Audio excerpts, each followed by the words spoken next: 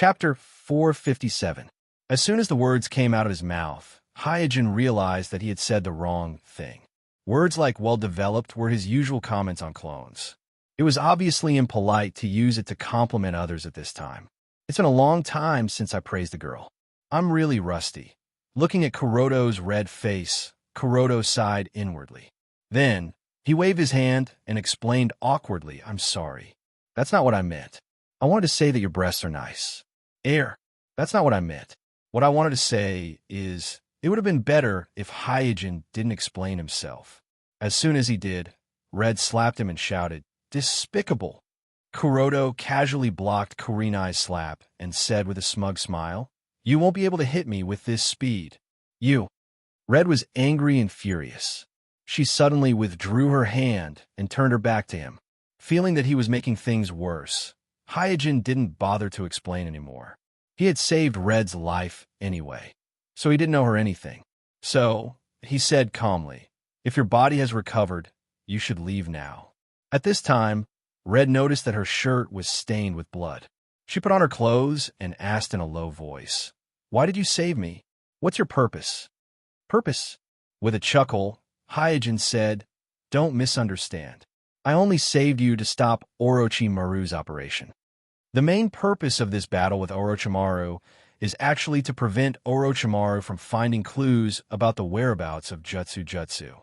As for rescuing Kuroto, in addition to the fact that Kuroto is his subordinate, he also wants to use the excuse of rescuing Kuroto to create an excuse for the battle to cover up the fact that Amatsukami is also looking for the whereabouts of Jutsu, so that Amatsukami and Orochimaru won't be able to detect any clues. In addition, one of the purposes of this battle was to test the wind release clone's combat ability. So, in this rescue mission against Orochimaru, Red's reason only accounted for 1/3 of the total. The real reason was the Sword of 10 Punches and the test of the actual combat ability of the Type A wind release clone.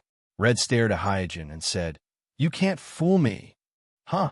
Hyojin was a little confused.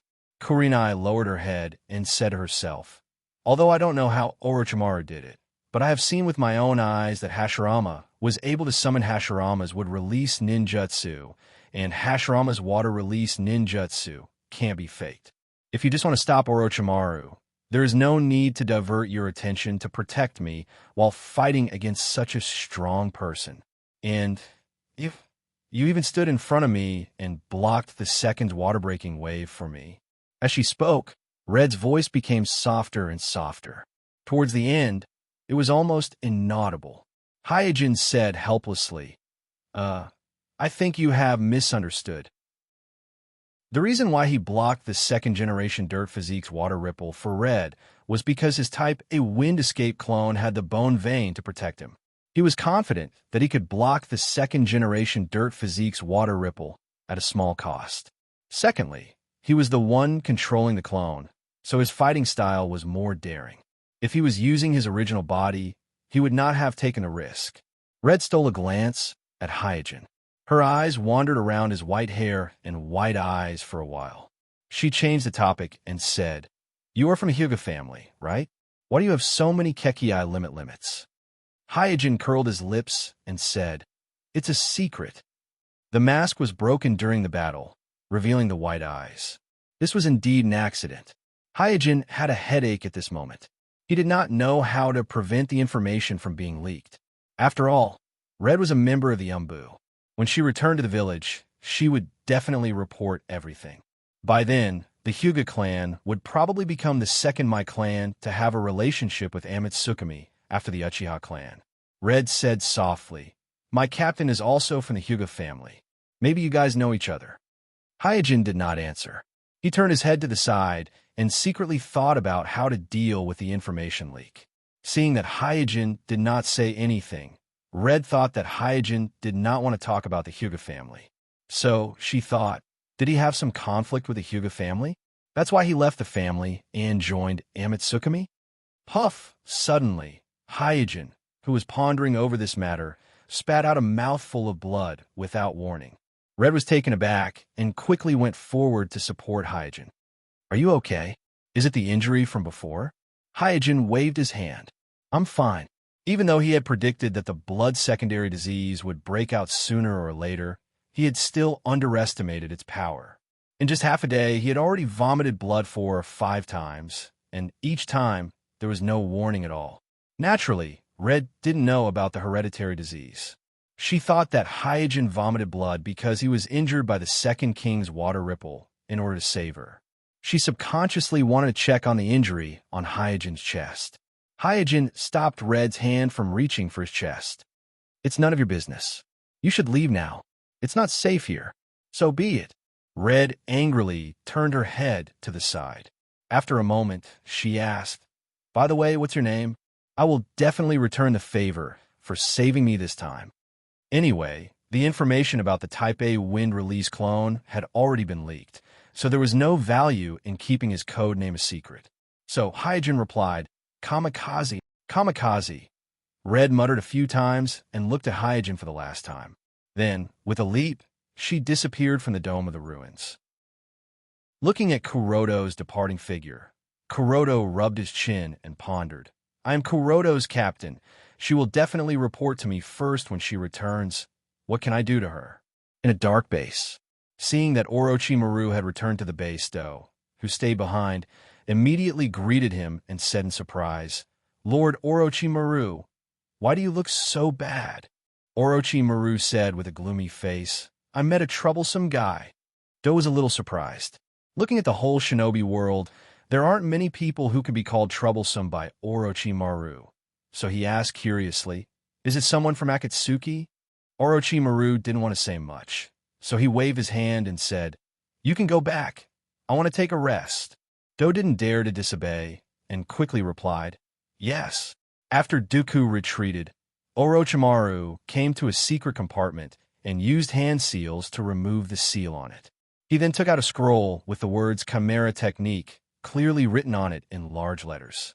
Hiriko's strength has greatly increased because of the Chimera Technique, so if Orochimaru says that he isn't jealous at all, he would be lying.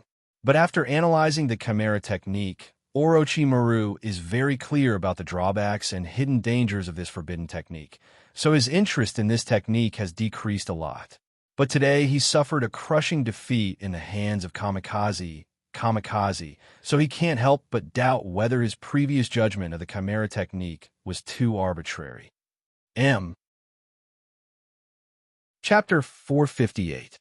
Orochimaru flipped through the scroll of the Oni-Yero Technique again. Sometimes his brows were tightly furrowed, and sometimes the corners of his mouth were raised.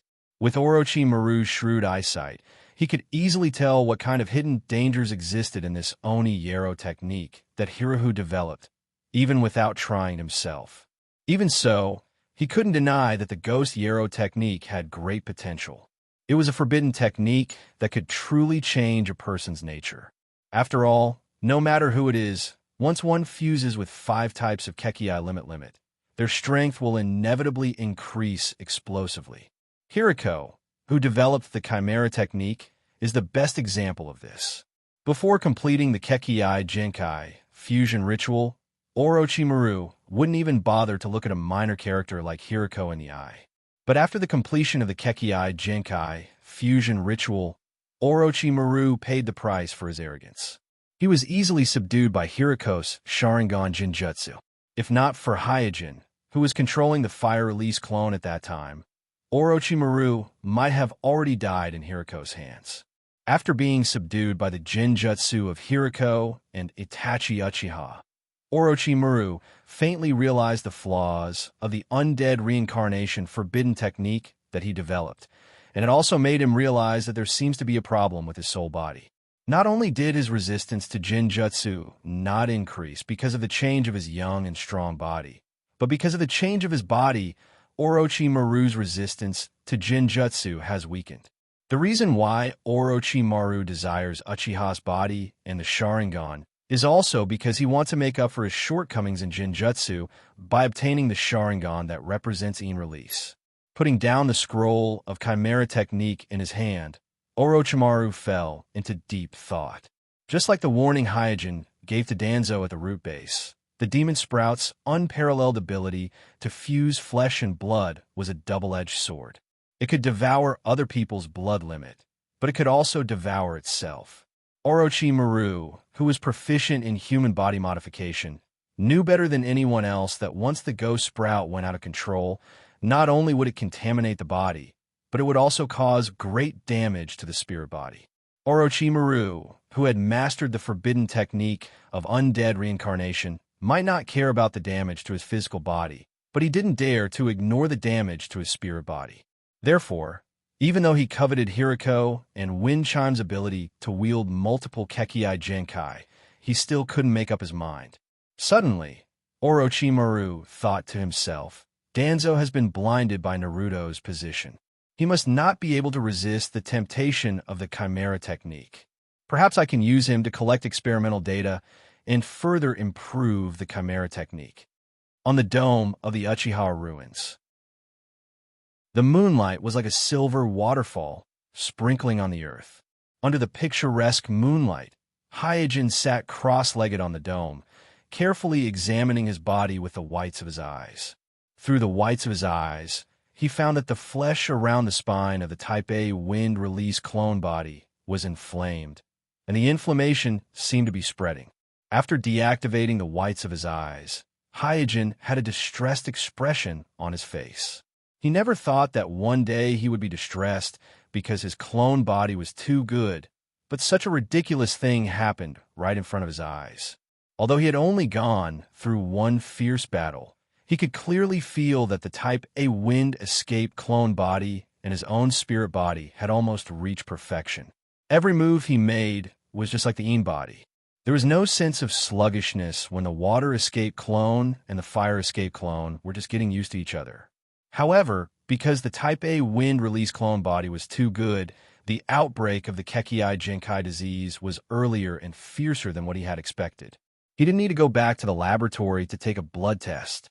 He could estimate that the common killer gray bones in the Type A wind release clone body's blood had already surpassed Kimimara's.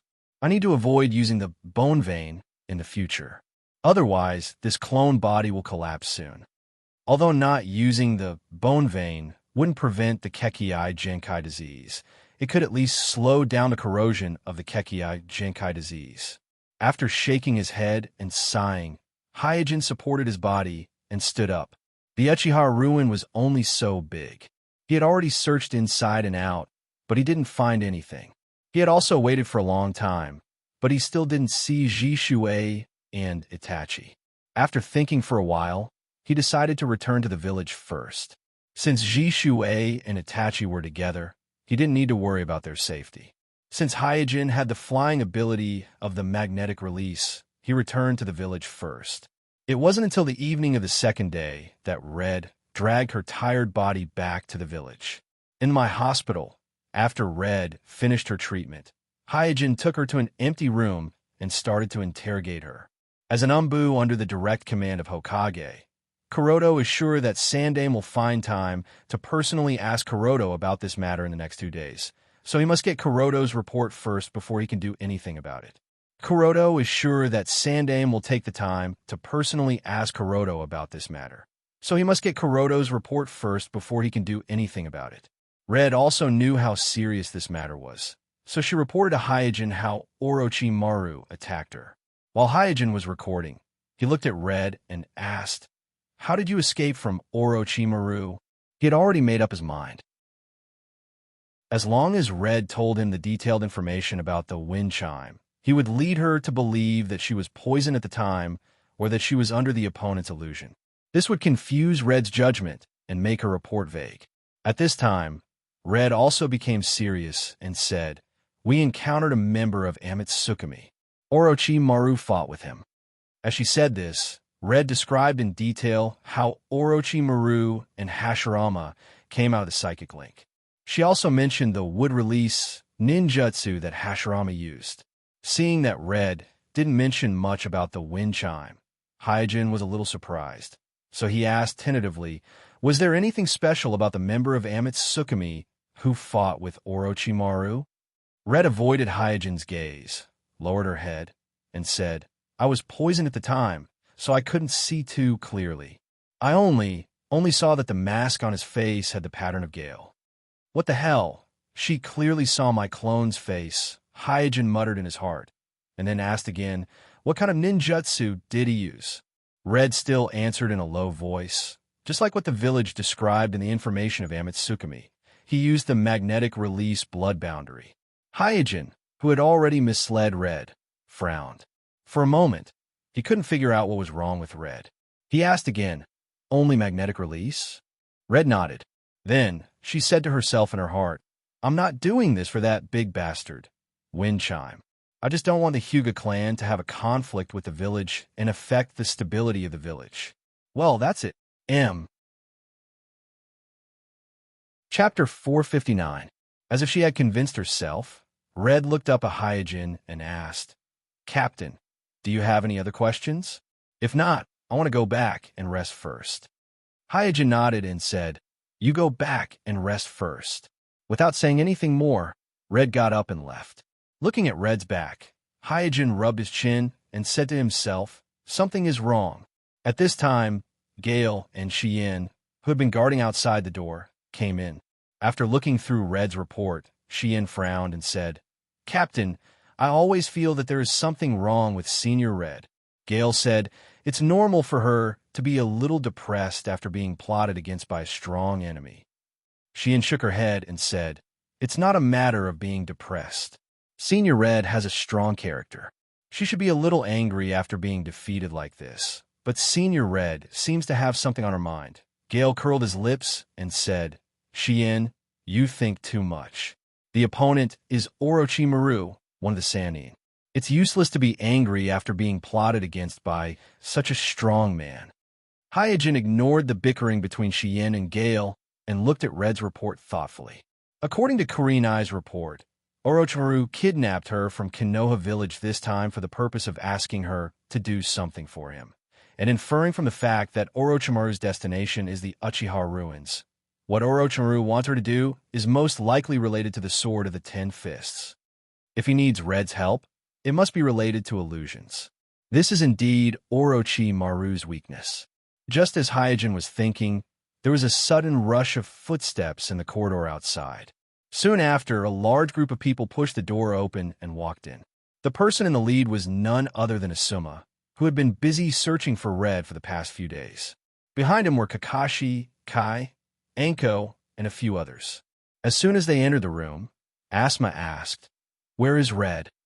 Hyojin replied, She went back to rest. Asuma asked nervously, Is she okay? Kakashi, Guy, and Red Bean all looked at Hyojin, waiting for his answer. In order to avoid creating panic, the three generations did not agree to Asuma's request to search for Red. Therefore, Asuma had no choice but to ask Kakashi, Kai, Red Bean, and other students to help him find Red. Therefore, in the past few days, Kakashi and the others have put in a lot of effort to find Red. Hyojin patted Asuma's shoulder and said with a smile, Don't worry, it's just a minor injury, nothing serious. After a long sigh of relief, Asuma asked, By the way, which bastard attacked Red? Hyojin threw Red's report to Asuma. Originally, the attack on Kuroto should have been kept confidential before the Sannin-sama decided on it. But everyone present was his peer, and Kuroto also knew the ins and outs of the matter, so he knew that there was no value in keeping it a secret, so he didn't hide it from everyone. After reading the report one by one, Asuma and others looked at each other. Asuma asked in surprise, Orochimaru? How could it be him? Why did he kidnap Red? Originally, he was going to catch the murderer and help Kurenai vent her anger, but he didn't expect that the murderer was one of the Sannin, Orochimaru. He was surprised and helpless, because at present, even Sandaime wouldn't dare to say that he could defeat Orochimaru. As soon as she saw the name Orochimaru, Red Bean's face became gloomy. Even if she had walked out of the shadow of Orochimaru, Orochimaru was still the person she didn't want to face the most. Kakashi's attention was all on Amitsukami, and he said to himself, Why did Amitsukami fight with Orochimaru? Is it related to Akatsuki? After taking back Red's report, Hyojin said, Okay, this is the hospital, everyone can go back. Since there was no way to catch the murderer, Asuma had to settle for the second best, and said, Tomorrow, I will treat you to dinner to celebrate Red's safe return. Let's all come together." Guy laughed and said, "Speaking of which, it's been a long time since we got together." Kakashi, who had become a real one-eyed man, drooped his eyes and said weakly, "I'll pass." Asuma knew that Kakashi had a knot in his heart, so he deliberately put his arm around Kakashi's neck and said, "Hey, the trick you taught me is useless. Shouldn't you be responsible? Everyone can skip tomorrow, but you can't." Kakashi had no choice but to nod helplessly. Early the next morning, Hyojin took Red to the Naruto building, and after submitting Red's report to the three generations, Hyojin thought that the three generations would ask Red to stay and ask her alone, but he did not expect that the three generations only asked Red a few questions and then let Hyojin and Red leave. Out of the Naruto building, Hyojin looked back in the direction of Naruto's office and thought to himself, even the Umbu was attacked by Orochimaru. At the moment, the village was peaceful on the surface, but Hyojin knew very well that this was just the calm before the war. Through Yagura's secret channel, he learned that the four generations Kazekage of the Sand Crypsis and the four generations Lei Ing of the Cloud Village had secretly arrived in the village and were currently arranged by the three generations to stay in the root base. Among the five Kage, only the three generations Tsuchikage of the Rock Village had not arrived yet. However, when the three generations met in the root base, they had already informed them that the three generations Tsuchikage and Noki agreed to participate in the secret meeting in Mai, and at this time he was probably on the way. Thinking about the news from Yagura, Hyojin said, "When the five Kage gather, I am afraid that the three generations will close the net." At this time, Red on the side wondered, "Kuroto, don't you think that Naruto-sama is a bit strange today?" It's about Orochimaru and Amatsukami, but Naruto-sama just casually asked a few questions. In order to deal with the inquiry of the three generations, Red painstakingly prepared a home yesterday, but she didn't expect that the three generations didn't want to investigate at all. Maybe the three generations have other things to do. After a perfunctory sentence, Hyojin glanced at Red and reminded her, "Tonight, Asuma will treat everyone to dinner. Don't be late." Red yawned. "Oh, then I'll go back to rest first. I didn't sleep well last night." After Red left, Hyojin thought, "Red obviously knows a lot about my wind release clone. Why didn't she report it? There must be a problem. Did she find something?" Evening. As promised, Suijin arrived at the izakaya, where Asuma had booked a private room. Because it was still early, only Asuma and Kakashi arrived first. When Hyojin pushed the door open, they were in the room talking about something. After entering the room, Hyojin smiled. "What are you guys talking about?" Asuma said casually. "Kakashi is teaching me how to chase after fame," Hyojin said with a face full of ridicule. "He is single. How can he teach you?" Asuma's face suddenly darkened, and he came to a sudden realization. That's right. No wonder the moves he taught me were useless. Kakashi put on a serious face, which was rare for him. What I taught Asuma was all from the books. Hyojin curled his lips contemptuously. "What books?" Kakashi quickly took out a small book with an orange-red cover from a ninja bag around his waist. On the cover of the book, the words "Intimate Paradise" were written in large, eye-catching characters. Chapter 460. Puff. Hyojin, who had just taken a sip of sake, spurted it out when he saw the name of the book. Then he wiped his mouth and said in his heart, "What is this? A book written by an old bachelor is regarded as a treasure by a young bachelor, and then passed on to another young bachelor." Others may not know, but Hyojin is very clear that the author of Intimate Paradise, Jiraiya, is a veritable old bachelor, a fool who has pursued Tsunade for most of his life but failed to succeed. Kakashi said weakly, "Why are you reacting so much?" Asuma grabbed Intimate Paradise from Kakashi's hand, and while flipping through it, he muttered, "I've heard of this book. It said that the sales are very good." Kakashi smiled proudly, of course. Seeing Hyojin's disapproving face, Asuma closed the book and asked, "Kuroto, do you have any good ways to pursue a girl?" Hyojin said lightly, "Sorry, I don't know much about the problems of single people like you." In order to prevent the Kekii Genkai from leaking out, intermarriage within the family is a very common phenomenon in the Hyuga clan, Uchiha clan, and other powerful Kekii shinobi clans. Therefore, Kuroto had never worried about his wife's affairs since he was a child. The family would make a fortune. Asuma said with a black face, "I don't know why, but I suddenly want to beat you up." Kakashi also nodded in agreement with a sullen face. "Humph, weakling." Hyojin curled his lips and said, "Forget it. I'll give you some advice."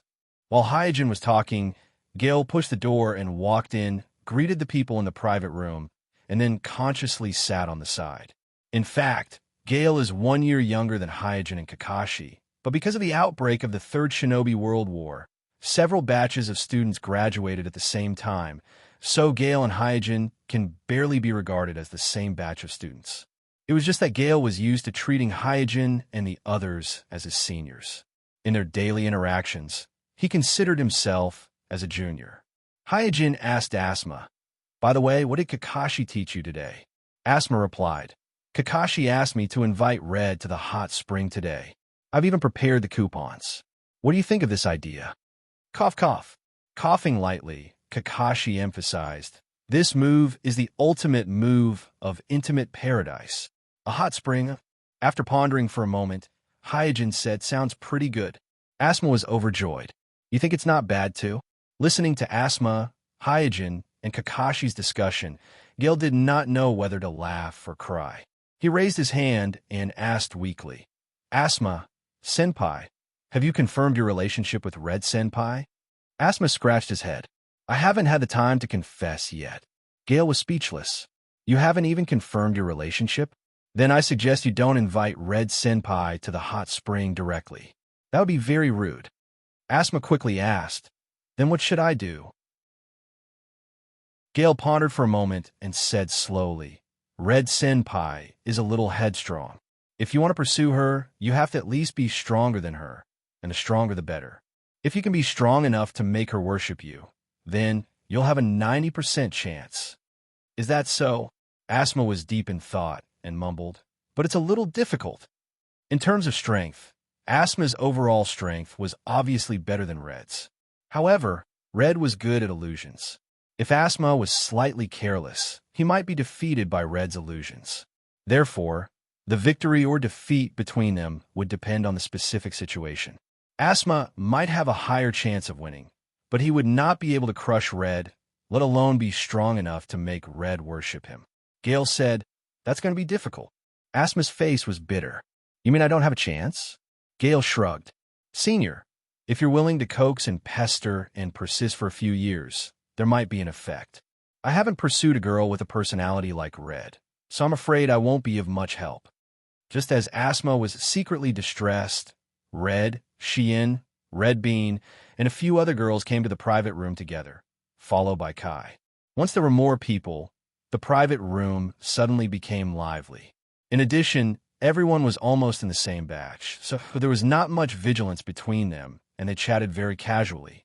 After chatting for a while, Asuma leaned in front of Red and asked, "Did the old man make things difficult for you today?" Red smiled and shook her head. "Naruto-sama just asked a few questions casually and let me go back to rest." Kakashi, who was at the side, frowned slightly when he heard this. Naruto-sama didn't ask in detail. This was related to Orochimaru and Amitsukami. Moreover, Orochimaru had even channeled the first and second generations during the battle. In Kakashi's opinion, the 3 generations should not take this matter lightly. Seeing that Red seemed unwilling to talk about this matter, Asuma quickly changed the topic. "The old man has been a little strange recently." Woo! Suddenly, there was a sharp alarm outside the window. Everyone in the private room just looked out of the window, and there was no tension on their faces. Because the village announced yesterday that there would be an evacuation drill in the east of the village this evening. Shien whispered, "This is the 3rd time, right? Why is the village's evacuation drill held so frequently recently?" Hyojin replied casually, "Maybe it's to prevent the revenge of Akatsuki." In fact, Hyojin could see that everyone present was more or less aware of something. After all, everyone was a jonin or special jonin. They were already considered the elite class in the village. As long as they paid attention, they would always be able to notice something strange. However, the one who knew the most was probably Hyojin. Because only Hyojin knew that among the 5 Kage, 4 Kage have gathered in Mai, and the remaining 3 generations are also on the way. While everyone was a little distracted, Red quietly came to Hyojin's side and said, "Captain, let's have a drink. Something's wrong." Hyojin raised his glass and secretly became vigilant. In private, Red would always call him by his name. She would never call him Captain. After drinking a glass, Red slightly lowered her voice and asked casually, "Captain, there shouldn't be many people in your Hyuga clan, right? Do you know all of them?" Hyojin looked at Red suspiciously and nodded. The Hyuga clan's Hyuga clan is composed of the Patriarch and the Elder. The reason for this arrangement is to avoid the Patriarch being beheaded by a strong enemy, which would lead to the instant collapse of the Hyuga clan. Therefore, the Elder is very low-key and often does not easily leave the Hyuga clan and expose themselves to the enemy. And the bloodline of the Elders is the same as the bloodline of the Patriarch. No matter how many children there are in each generation, only one person is eligible to be exempted from the curse of the caged bird as a backup in case of an accident. So even if all the generations of the Hyuga family are added up, the number of people in the Hyuga family will not exceed 10. Red then asked, "Is there anyone with white hair in your Hyuga clan?" Chapter 461. The hair color of the Hyuga clan was mainly dark. Most of the clansmen had black hair, such as Hyojin and Kuroto. Some of them had dark blue, dark brown, and even dark green hair. However, there was no white hair. Do you want to investigate in private? Or have you already suspected me? That's why you didn't report to me? After thinking to himself, Hyojin began to think. Then, he slowly replied, "There is no white hair in the Hyojin clan." "No?" Kuroto was startled. She thought that there were only a few people in the Hyuga clan, so it should be easy to find out the true identity of Wind Chime. She didn't expect that Hyojin would give her a negative answer. Hyojin's eyes narrowed. "Why do you ask?" Kuroto waved her hand. "No, nothing. I'm just asking casually." Hyojin narrowed his eyes and thought to himself, "It seems that I have underestimated her. I didn't expect her to be so cunning. She actually wants to use my type, a wind release clone, as a breakthrough to find clues about Amitsukami." Kuroto also turned her head to the side and thought to herself, "Wind Chime can resist the joint forces of Hashirama, and Orochimaru. He is the strongest ninja I have ever seen. How can Kuroto not know such a member of the same clan? Could it be that Wind Chime left the Hyuga clan a long time ago? Well, it must be like this." Immediately, Kuroto was in a dilemma again. But if this is the case, I can't find him. When can I return the favor I owe him? He was so badly injured to save me. I don't know if he is better now.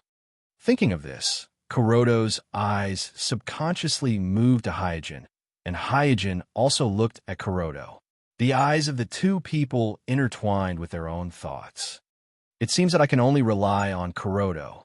They are of the same clan, so they should have some news about Wind Chime. Kuroto thought, "You want to secretly investigate Amitsukami? You're still too young."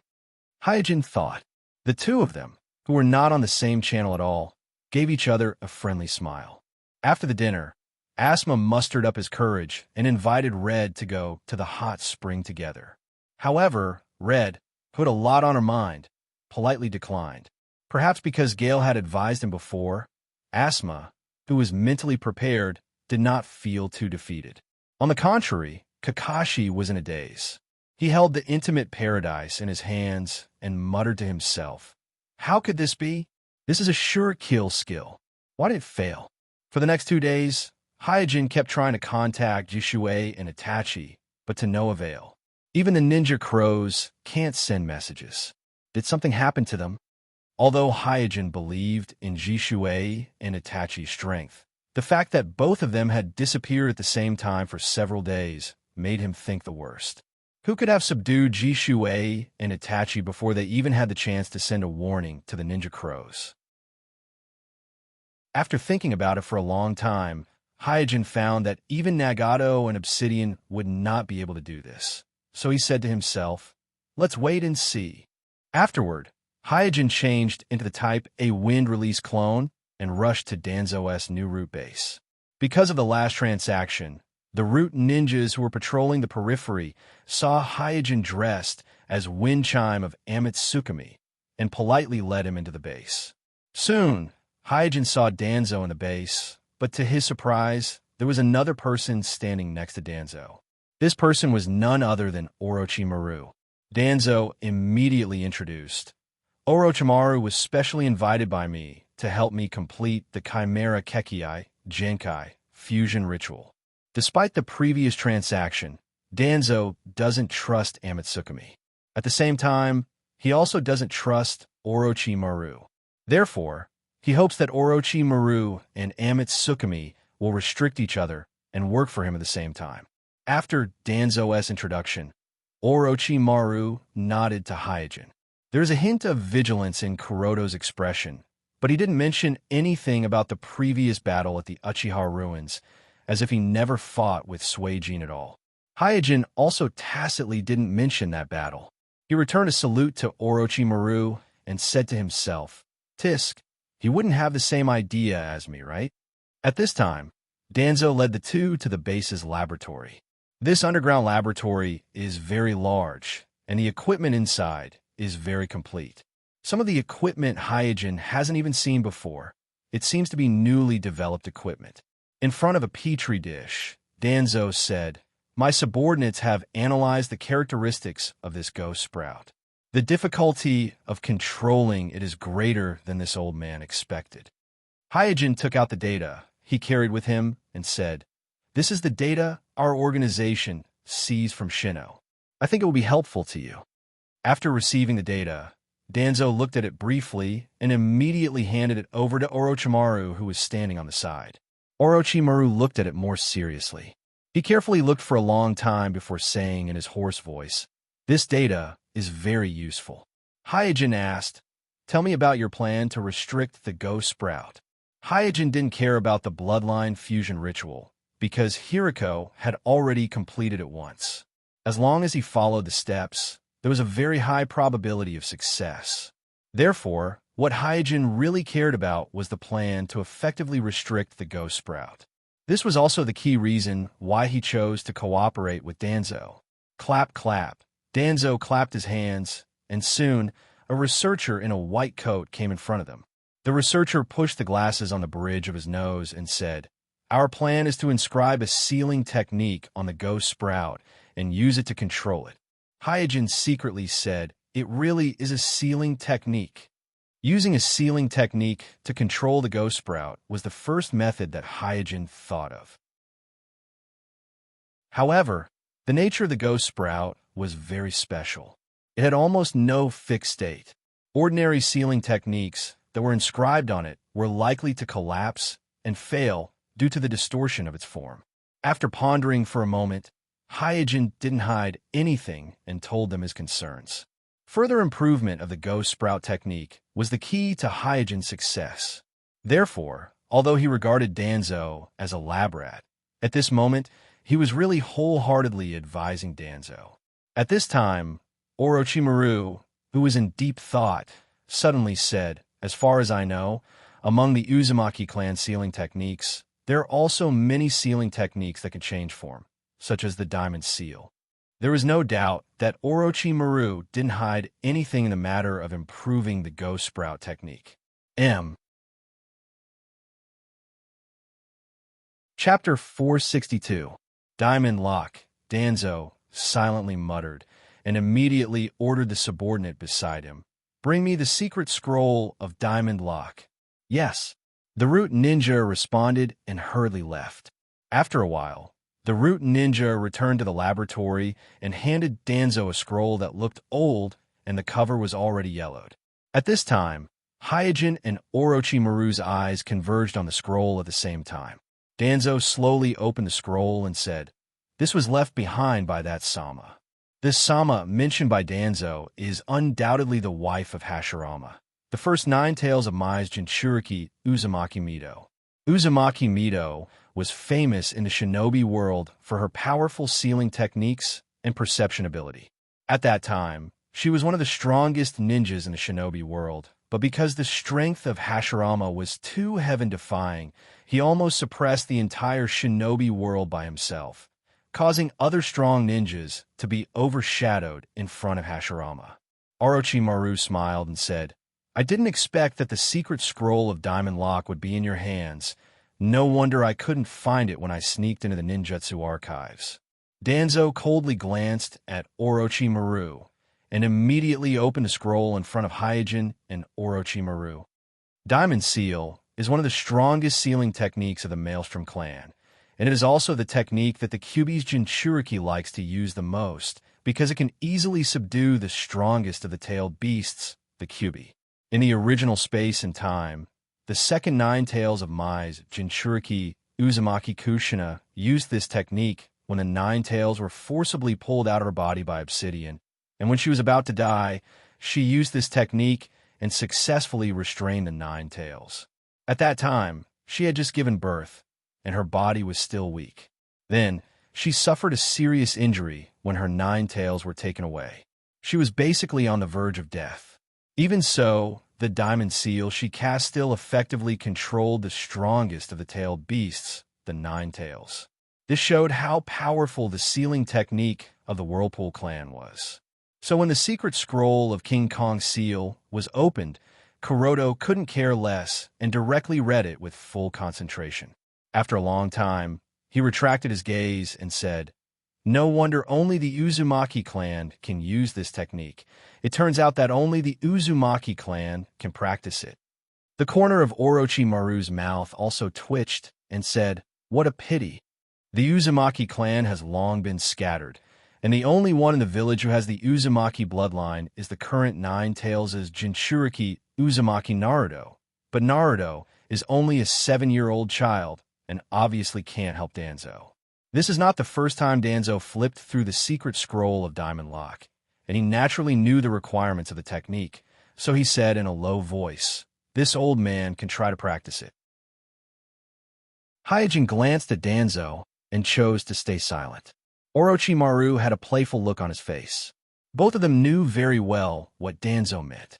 Because Danzo has the Hashirama cells implanted in him, he can be considered to have the Thousand Hand Clan's bloodline, and the Thousand Hand Clan and the Uzumaki clan are relatives. So in theory, the Thousand Hand Clan has a chance to successfully practice the sealing technique that requires the Uzumaki clan's bloodline.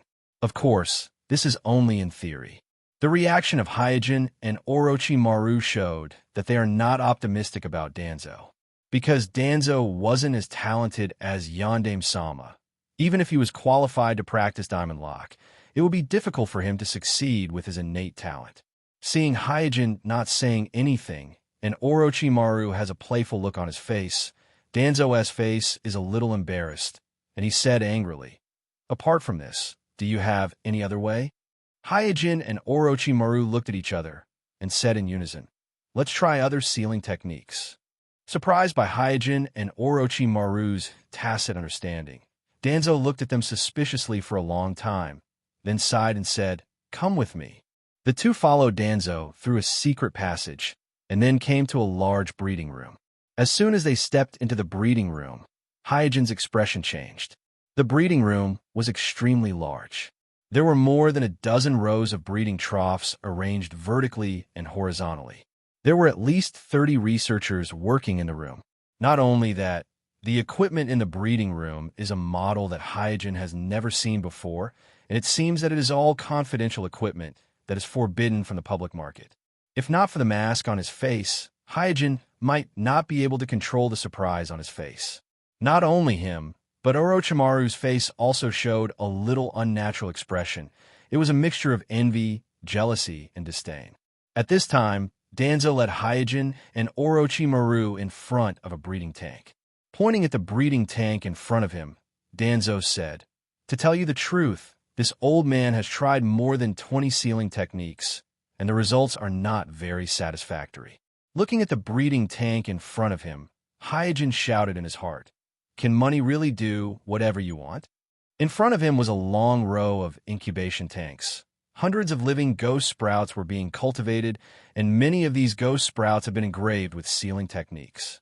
Obviously, Danzo had conducted a lot of experiments in private. It should be noted that cultivating a living ghost sprout is not much cheaper than cultivating a clone for Hyojin. Not to mention the technical problems, and not to mention the consumption of equipment. The medicinal ingredients alone would cost a huge sum, and cultivating hundreds of ghost sprout at one time would cost an astronomical figure. Unlike the ones Hyojin sees from Shino, these living ghost sprout that Danzo cultivated were all grown by him. That's inhumane. Hyojin secretly sighed. At the same time, he was glad that he chose Danzo as the lab rat.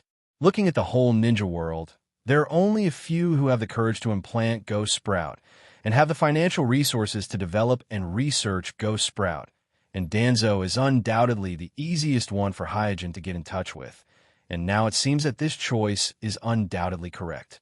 Orochimaru was also surprised. Obviously, he did not expect Danzo to take action so quickly. It has only been a few days since he got the living ghost sprout, and he has already cultivated so many living ghost sprout, regardless of the cost, and even started the sealing technique experiment. Glancing at Danzo without a trace, Orochimaru secretly sneered. Can't wait anymore. Orochimaru looked at Danzo with eyes full of sympathy. His eyes did not look like he was looking at a powerful elder Mai, but like he was looking at a pitiful person who fell into paranoia and madness. Chapter 463. Soon, Hyojin calmed his mind and observed the results of Danzo's experiment. The ghost sprout's characteristic of fusing with flesh and blood allowed it to change its appearance at will. Therefore, the sealing technique based on the sealing technique could not effectively restrict it for a long period of time. This was because if the sealing technique was not removed, the ghost sprout would not be able to fuse with flesh and blood. However, if the sealing technique was removed, the sealing technique engraved on the ghost sprout would inevitably be damaged due to the ghost sprout's expansion and deformation. Once the damage reached a certain degree, the sealing technique engraved on the ghost sprout would naturally be ineffective. The ghost sprout test subjects that were engraved with the sealing technique in the breeding tank all had this situation without exception. The sealing technique engraved on them had big and small defects due to the distortion of their form. For symbol seal, 5-element seal, evil sealing seal, 8 trigram seal. After observing one by one, Hyojin recognized many of the sealing techniques that he was familiar with. There were also many that he had never seen before. Judging from his experience, if there were no accidents, the sealing technique engraved on the ghost sprout test subjects would all be ineffective in a week at most. Hyojin secretly sighed. It seems that ordinary sealing technique really can't restrict the ghost sprout. The sealing technique, like the 4-symbol seal, was already an extremely high-end sealing technique in the ninja world. Even so, it still couldn't restrict the ghost sprout for a long period of time. In other words, all the sealing techniques based on engraved sealing technique would not be able to satisfy the requirements of restricting the ghost sprout.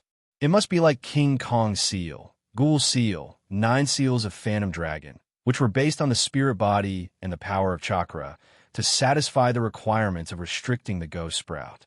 But in this case, it couldn't be done by others. Only by practicing this type of sealing technique could one constantly restrict the ghost sprout in one's body and ensure that the ghost sprout would not get out of control. At this time, Danzo said, "As you can see, the effect of ordinary sealing techniques is very poor. It is unable to restrict the ghost sprout for a long time." Orochimaru smiled and said, "Maybe we can try to improve the Vortex Clan's King Kong seal." Hyojin gently nodded. Anyway, the target is only the ghost sprout that could devour flesh and blood, not the huge tail beast of chakra. Even if I have to sacrifice some sealing power, it doesn't matter. It was indeed very difficult to improve a top-notch sealing technique while maintaining the sealing power. It required a lot of calculations and experiments, and even some luck. However, if he was allowed to sacrifice a portion of the seal's power, it would be much easier to improve it. Orochimaru turned around in front of the breeding tank and said, "The main material of the ghost sprout is also problematic. The gel chosen by Hiriko is too unstable. Maybe we could try to use other more stable materials to improve the stability of the ghost sprout." Hyojin came to another breeding tank, and while observing the living ghost sprout inside the breeding tank, he suggested, "In fact, there is also room for improvement during the breeding process. We can try to fuse the ghost sprout with our own flesh and blood at the beginning of the breeding process. Although this will increase the cost of cultivating the ghost sprout, it can also increase the degree of taming the ghost sprout." Hiriko's current process was to first cultivate the ghost sprout, and then let the ghost sprout fuse with his own cells. Putting the cell fusion process at the end of the breeding process may ensure the success rate of the ghost sprout, but because the ghost sprout grows independently, even if the ghost sprout successfully fuses with his own cells, the ghost sprout will still be difficult to tame. According to Hyojin's idea, moving the cell fusion process forward will greatly reduce the success rate of the ghost sprout. But as long as a ghost sprout is successfully cultivated, the ghost sprout that is fused with the host cells at the beginning of its growth will have a higher degree of taming compared to the ghost sprout that grows independently. Listening to Hyojin and Orochimaru's suggestions, Danzo, who originally thought that the experiment had reached a dead end, suddenly felt a sense of enlightenment. He looked at Hyojin and Orochimaru, who were still discussing how to improve the ghost sprout, and thought to himself, letting them participate in the experiment is really the right choice. Danzo actually doesn't know that these ideas of improving the ghost sprout were not something that Hyojin and Orochimaru came up with on the spur of the moment, but they already had the idea in their mind. It's just that the lack of financial resources made it difficult to put into practice. For example, the choice of the ghost sprout. Hiriko is not a fool. Since he chose this ghost sprout, he obviously has his own considerations. Perhaps there are indeed better ghost sprout materials in the shinobi world, but the amount of manpower and material resources required to find better ghost sprout is simply immeasurable, and it's even possible to invest a lot of money only to lose everything. As for the improvement of the process, it will directly affect the success rate of the ghost sprout. It must be known that probability is a very magical thing. Once it is reduced to a certain level, the cost of the experiment will increase by 10 times, 100 times, or even 1,000 times, or even 10,000 times. In fact, these suggestions belong to the category of don't try or don't try. So Orochimaru and Kuroda just want to use Shimura Danzo's financial resources to try out the ideas that they couldn't implement before. Outside of my village, whoosh, whoosh, whoosh, with the sound of breaking wind, several figures landed in the forest. These figures are all dressed in my umbu attire. If Hyojin was here, he would definitely be able to recognize the leader. It is the Shadow Guard Captain of the 3 Generations Naruto.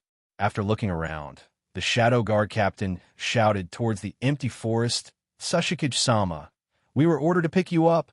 At this time, a stream of light flashed in the forest. Many figures emerged from the invisible state, and in the blink of an eye, more than a dozen figures appeared in the seemingly empty forest, and the leader was the 3 Generations Inoki, and behind him were 3 squads of elite rock ninjas. The Shadow Guard Captain stepped forward and said, "Sashikage-sama, please follow me into the village." Inoki nodded and asked, "Is everyone else here?"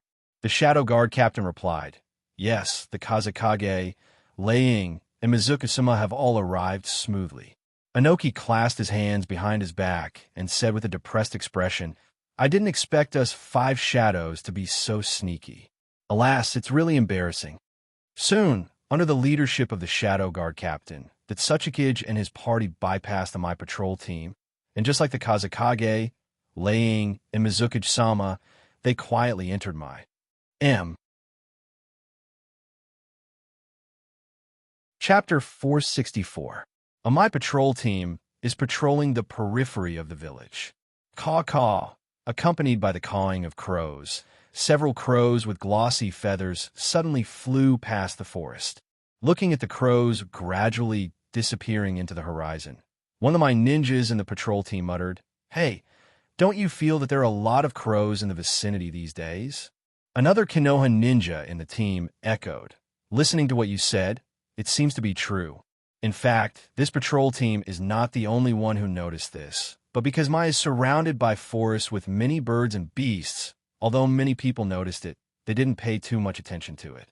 As for these crows, there is no doubt that they are the ninja crows spread by Hyojin. Unable to contact Jishuei and Itachi for a long time made Hyojin very uneasy. But since there are no clues, he can only spread out all the ninja crows and carry out a carpet search. In addition to arranging the ninja crows to search for Jishuei and Itachi, Hyojin has been paying attention to the secret Gakage assembly while working with Orochimaru to improve the Chimera technique. Kuroto has to admit that Orochimaru has an unparalleled talent in the development of forbidden techniques, and with the Tenseigan, Kuroto's research on the Chimera technique is not inferior to that of its creator, Hiriko. With the two of them working together, coupled with Danzo's ample manpower and strong financial resources, many of the problems that have been placed in front of them before were easily solved. The speed of improvement is so fast that even Hyojin is a little surprised. On this day, Hyojin, who is controlling the Type A wind release clone, is testing the performance of the new gelatinous material in Danzo's root base. Danzo once again showed his financial resources and his power in Mai. In just 2 days, the root base, which has been abolished for 3 generations, has collected more than 70 new gelatinous materials in the shinobi world, some of which not to mention Hyojin. Even Orochimaru hasn't seen them before. However, testing the performance of the new gelatinous material is like a lottery. If he is lucky and finds an excellent gelatinous material, then many problems that have been troubling Hyojin may be solved in an instant. But if he is unlucky, he may waste time and effort and get nothing. After ruling out the 9th gelatinous material, Hyojin shook his head and thought, Hiriko should have done a performance test before choosing the gelatinous material. If we can find his test data, our workload should be reduced a lot. Thinking of this, Hyojin glanced at Orochimaru not far away. Just like him, Orochimaru is also testing the performance of the new gelatinous material. Unlike his usual sinister and cunning self, Orochimaru is completely focused on the experiment. His face is meticulous, without any unnecessary expression. In Hyojin's memory, staying in the same laboratory with Orochimaru like this is something that happened a long time ago. Withdrawing his gaze, Hyojin frowned. He doesn't know why, but he always feels that something is wrong today, as if something bad is going to happen. Regarding this, Kuroto didn't take it lightly, because in the shinobi world, as long as a spirit body reaches a certain level of strength, it will more or less have some magical abilities, such as the death prophecy ability of the Miko-sama. Will the Akatsuki attack happen today? My village. Today, the streets are crowded with people, especially lively, because today is the day when the new batch of students enter the ninja school, so the parents are rushing to the ninja school with their children. Among the crowd, Richa, dressed in regular clothes, and Ningtsi are also strolling in the direction of the ninja school. Coming to the gate of the ninja school, Niji did not laugh and play like other children, but looked around with a serious face to observe the students who entered the school with him. Ningji's scrutinizing gaze swept across his fellow students before he gently shook his head. Richa, who has been secretly paying attention to Ningtsi, asked, "What's wrong?" Ningtsi replied with some disappointment, "Father, there doesn't seem to be any strong opponent in this batch." Hizashi-sama smiled. In this generation, Ningtsi is the well-deserved #1 genius in the Hyuga clan, so there are only a few people in the entire village who could be regarded as strong opponents by him. The entrance ceremony lasted for a long time. Until the evening, the ceremony ended. Walking out of the ninja school, Richa saw that Ningtsi is not in a good mood, as if he has something on his mind. So he asked, "What are you thinking about?" Hesitating for a moment, Ningtsi looked at Richa and said, "Father, didn't you say that Naruto-sama will personally host every new batch of students? Why did Naruto-sama appear today? Is it because our batch is not worthy of attention?" Looking at Ningtsi, who is calm on the surface, but extremely sensitive inside. Richa touched his head and said, "Silly child, didn't Tsunade-sama attend the entrance ceremony? Naruto-sama must have something else to do, so he can't leave. It has nothing to do with whether your batch is worthy of attention or not." Ningxi lowered his head and whispered, "Is that so?" Ever since he saw with his own eyes that his uncle, who was a member of the ancestral family, used the caged bird curse to punish his father, Richa, Ningxi has become exceptionally sensitive. Even if his family members are pointing at him from afar, he will still be particularly concerned. At this time, Ningxi's gaze moved to a big tree in the distance. There were two swings hanging down from the tree, and a yellow-haired child and a black-haired child were swinging while looking at the entrance ceremony of the ninja school. Ningxi's gaze quickly locked on the black-haired child, and he said in a deep voice, "Uchiha Sasuke." Richa also cast his gaze over and said casually, "That Uchiha child is 1 year younger than you, and he should only be enrolled next year." Ningxi said with a serious face, "Father, he is my strong opponent. It's a pity that we are not in the same batch, otherwise I can compete with him."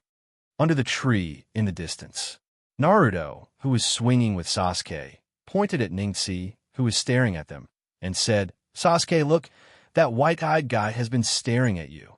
Sasuke snorted softly. "Are you an idiot? It's so obvious that he's spying. As Uchiha, how could I not notice it?"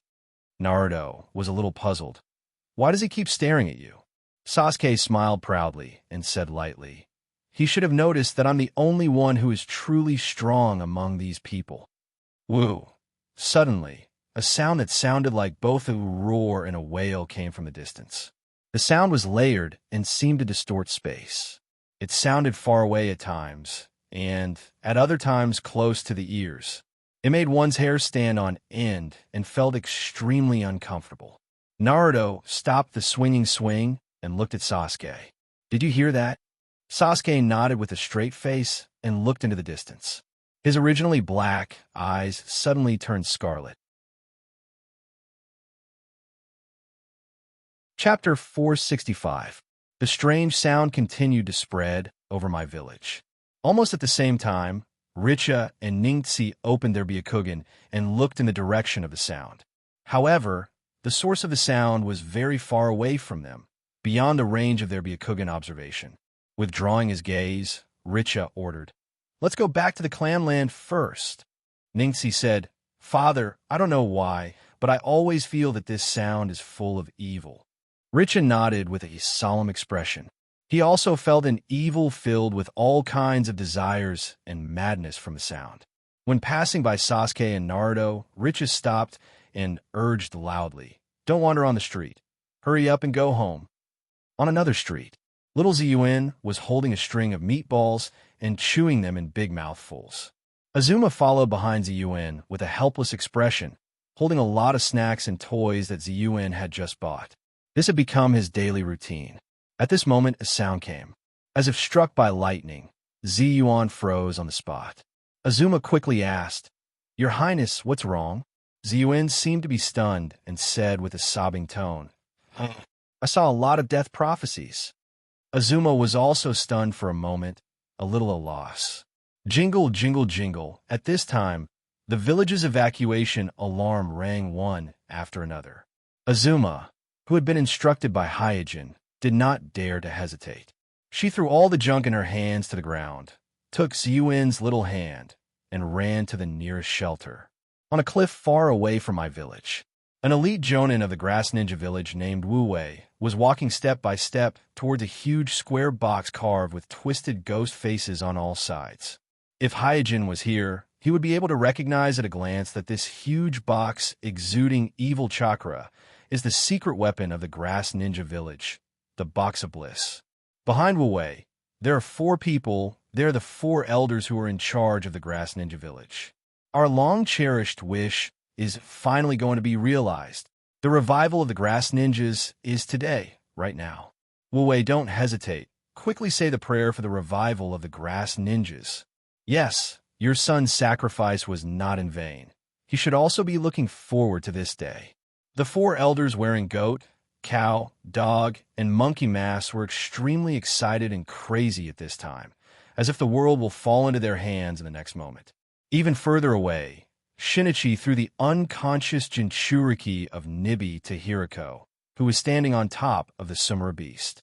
Shinichi's chakra was completely drained by the box of bliss. Immediately, he glanced at the grass ninjas in the distance and said with disdain, "Do you think this bunch of trash is qualified to rule the shinobi world?" Hiriko, who was fused with the shaman beast, took the unconscious Yujito Nibi, then moved his eyes to the box of bliss with a look of interest. Unlike Uchiha and Shinichi, Hiriko's degree of acceptance of new things is much higher. Moreover, he has already tried before. No matter what method he used, he was unable to damage the box of bliss. This alone is enough to arouse his interest. Raising the corner of his mouth, Hiriko asked casually, "What do you think is hidden in the box?" Shinichi said, "No matter what is hidden in the box, it is impossible to destroy my." Our Akatsuki opened the box of bliss for the grass ninjas, and they destroyed my for us. This is just a deal. No one really believes that a trivial grass ninja can destroy my village, the head of the 5 great shinobi villages. With a smile, Hiriko continued, "Let's go. Our mission here is complete." Shinichi didn't say anything after hearing this, and jumped onto the back of the shaman beast. At this time, the shaman beast also flapped its wings and carried Hiriko, Shinichi, and the unconscious Yujito Nibi towards the distance. The grass ninjas are only the first wave of attack prepared by the Akatsuki for my village. They still have other tasks to accomplish. In front of the box of bliss, Udo looked at the distorted face on the box and fell into a brief memory. As a staunch member of the grass ninja village, Udo's lifelong wish was to open the box of bliss and revive the grass ninja village. But it wasn't until he sacrificed his son, Udo, that he suddenly realized that what he really cared about was not the revival of the grass ninja village, but his son. At this time, the scenes of the past with his son flashed in his mind, and the anxious urging of the grass ninja village elders were all thrown to the back of his mind. "Open it, box of bliss." All of a sudden, Wu Wei shouted loudly. In an instant, a series of sounds came from the box of bliss, which was a roar that directly hit the soul, a whisper that aroused desire, and a whine full of pain. At this time, 2 lines of tears flowed down Udo's cheeks, and in the midst of the magical whistling sound of the box of bliss and the expectation of the 4 grass ninja village elders behind him, he said word by word, "Please be sure to return my son Udo to me. Box of bliss, fulfill my wish." "Udo, you? What? Traitor! How dare you betray the village?" The 4 grass ninja village elders were terrified. They didn't expect that there would be a problem at the last stage, and the one who betrayed them was Udo, who was willing to sacrifice his son not long ago. Woo, another mournful wail came from the box of bliss. Immediately after that, the relief on the face facing Wu Wei started to peel off. Under the strange light, the twisted face was revealed one after another. Finally, the face of a beast appeared in everyone's vision. It opened its mouth wide, revealing the darkness and profoundness hidden in the box. It was as if the inside of the box of bliss was connected to another space and time. At this time, whether it was Wu Wei or the 4 elders of the Kusanagi village behind him, all of them were stunned. This was because they felt a strong malice from the box of bliss, so strong that it almost condensed into a substance. Suddenly, a figure swayed out of the dark and deep box. "My village, Naruto's office." The representative of the conservative faction of the Grass Ninja Village, the elite Jonin Ryurin, bowed to 3 generations and said, "I'm sorry, Udo couldn't delay it to the day after tomorrow as agreed. What's come will come." After waving his hand, 3 generations asked, "About the box of bliss, did you really lose all the information about it?" Ryurin said, "I promise you, the Grass Ninja faction did not hide anything from you." 3 generations took a deep breath of his pipe and sighed. "In other words, even you don't know what's in the box." Long Lon nodded, and then said in a deep voice, "In order to open it, we Kusanagi have sacrificed too much in the past few decades. I can feel that it is a truly ominous thing. So please treat it carefully. M. Chapter 466. The figure that walked out of the box of bliss walked up to Wu Wei in a wobbly manner. Wu Go. Looking at the familiar figure in front of him, Wu Wei shed tears of joy. At this time, he lost the sharpness and vigilance that an elite jonin should have. He ignored the hidden insidiousness between his son's eyebrows. Whoosh! Just as Wu Wei was about to step forward to hug his son, Wu Go, who had just escaped from the box of bliss, Wu Go, who was staggering, suddenly appeared in front of Wu Wei in a flash. His speed was so fast that Wu Wei, who was one of the strongest elite jonin in the grass village, couldn't react. Following that, a sharp pain came from Wu Wei's chest. He looked down and saw that his son Wu Go's right hand had already pierced into his chest. Fresh blood spurted out from the wound and splashed onto Wu Go's young face. It was an extremely absurd scene. Wu Wei stared at Wu Go in surprise and asked with difficulty, "Why?" Wu Go stretched out his tongue and licked the blood on his face. He revealed a look of enjoyment as he squinted his eyes and moaned, "It's really sweet. You are not my son." In shock and unwillingness, Wu Wei slowly fell to the ground. Wu Go smiled, "Not really." Not far away, the 4 elders of the grass village were also shocked by this change. There is no doubt that the box of bliss didn't fulfill Wu Wei's wish. It didn't release the real Wu Go, but instead released a monster that looked exactly like Wu Go. At this moment, they realized that the revival of the grass village that they had been longing for was just a moon in the water, a flower in the mirror. Glancing coldly at the 4 terrified elders, Wu Go wrinkled his nose and sniffed, and immediately said with a look of disgust, "A group of rotten old things. Even the blood on their bodies is disgusting."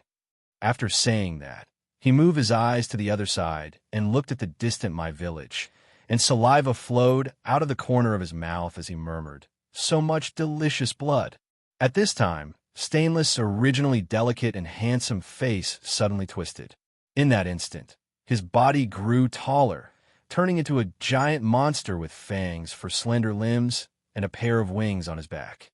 He had sharp claws, and his back was covered with a pair of wings. The monster used the sharp claws on its legs to grab the box of bliss from the ground. Then, it spread its wings and flew towards my village with a gust of wind. The 4 elders of the Kusanagi village fell to the ground one after another. In my village, amidst the rising and falling alarms, the entire village became extremely noisy. The shouts and cries on the streets intertwined, adding to the panic. But after all, the village has conducted several evacuation drills. So soon my ninjas began to spontaneously maintain order and organize the villagers to enter the shelter in an orderly manner. At the same time, a large number of my ninjas gathered in front of the Naruto building from all directions of the village, waiting for Naruto's orders. On the outer wall, my patrols were vigilantly observing the surroundings. Although everyone had a bad premonition, so far, no one knew who the enemy was, where they would come from, and how they would attack Konoha. Suddenly, a Hyuga member of the patrol on the outer wall pointed to the distance and shouted, "At 11 o'clock, there's an unknown object in the sky approaching quickly." The surrounding people immediately looked over and saw a small black dot on the horizon under the setting sun. What is that? It seems to be flying in the sky. Is it a bird? If it is a bird, it is too big. The members of the patrol team, who were bewildered, began to discuss among themselves in low voices. But in the time it took to say a few words, the small black dot in the distant horizon rapidly grew larger. Accompanied by violent winds and sharp whistling sounds, it whistled over so fast that it caught everyone off guard. The patrol leader shouted sternly, "Quick, go and inform Naruto-sama. The enemy has appeared." Boom! Before he finished speaking, the huge monster directly hit the tall outer wall of Mai, making a loud roar. In an instant, smoke and dust filled the sky, and gravel flew everywhere.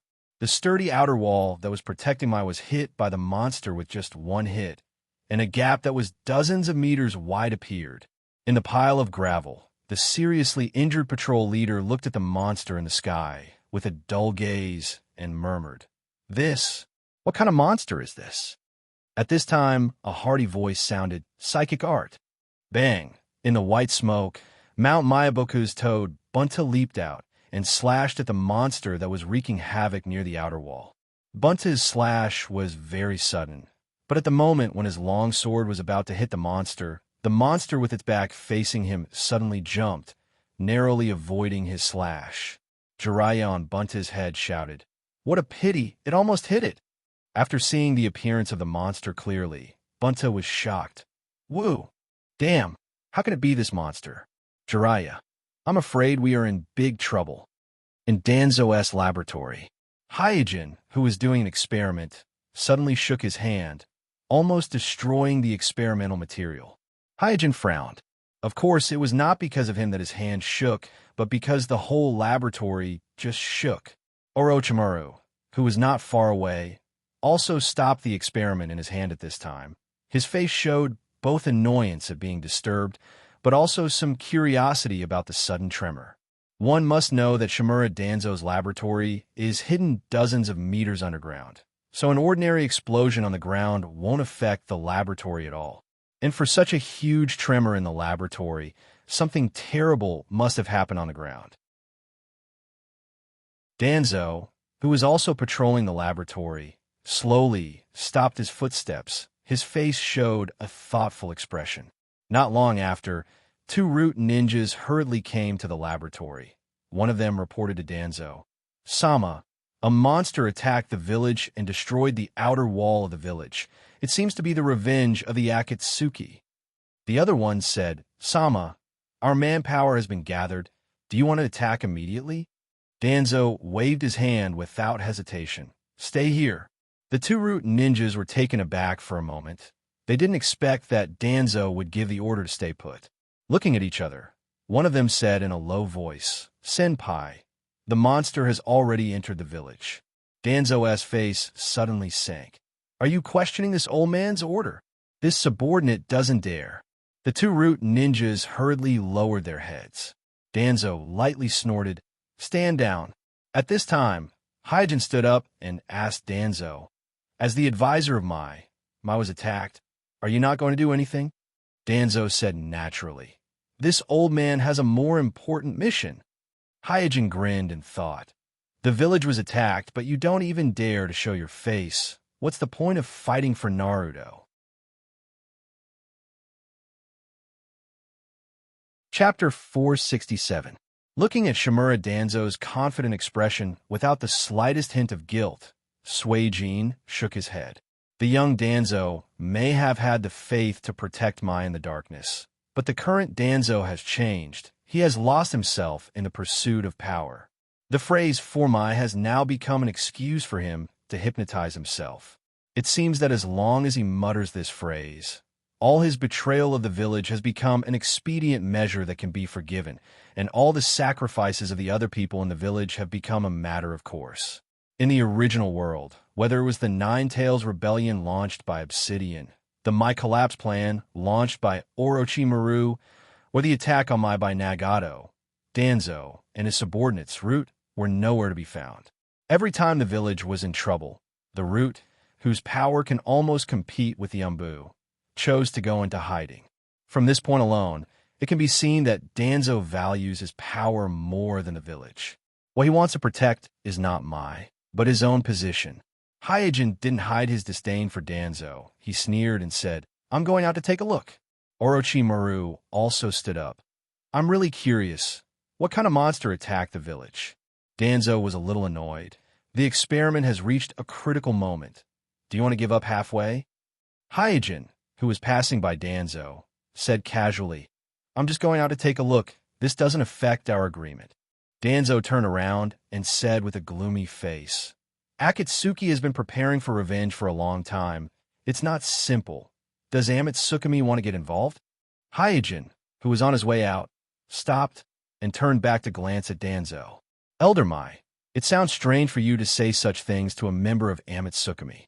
Those who don't know might think that I'm the elder of Mai." After saying that, Hyojin did not stay any longer and quickly walked out. Looking at Hyojin's departing figure, Danzo spoke coldly. My experiment has yet to be completed. I hope you won't lose your life because of curiosity. Orochimaru laughed in a hoarse voice and said, Hey, worried about him? He's the real monster. Danzo frowned. You seem to know him well? Did you have any contact in private? Orochimaru smiled and didn't say anything else. He walked past the Danzo. Soon, Hyojin and Orochimaru left the underground base of Danzo. When they came to the surface, Hyojin looked at the village in the distance and asked Orochimaru, How long has it been since Danzo fought with a strong person? Orochimaru immediately understood what Hyojin meant and said with a smile, It should be about 8 or 9 years. After staying in the dark for so long, he might not be able to adapt to the sunlight. Whether it is Hyojin or Orochimaru, the reason why they are willing to wholeheartedly help Danzo improve the Chimera technique is not only because they want to use Danzo as a guinea pig, but also because Danzo has lost the heart of a strong person. He has forgotten that he is first a ninja, and second is the elder of Mai. Such an old guy, even if the Chimera technique is improved, allowing him to complete the Kekkei Genkai ceremony in a better state, his strength is not enough to make people fear him. He still hasn't realized that the shinobi world is different from before. With that said, Hyojin jumped, and a pair of black iron sand wings spread behind him, and flew towards Mai in the dim sunset. Orochimaru grinned. There'll be a good show to watch. Worried about Yu's safety, Hyojin quickly flew to Mai. At this time, the sun was already setting, leaving only a touch of dim afterglow on the horizon. But the dusk of the evening didn't affect Suijin's vision. Standing on the broken outer wall, he looked at the two monsters who were in the middle of fighting. On one side is one of the Sannin of Mai, Jiraiya, and a summoned beast, Buntitoad, while on the other side is a monster with black wings and a ferocious face. Isn't this the monster from the Box of Bliss? The Akatsuki and the Kusanagi village have joined hands? After recognizing the culprit who attacked Mai, Hyojin frowned.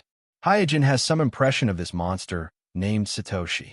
This monster seems to be able to see through people's minds, and any attack that is full of killing intent towards it will be avoided by it.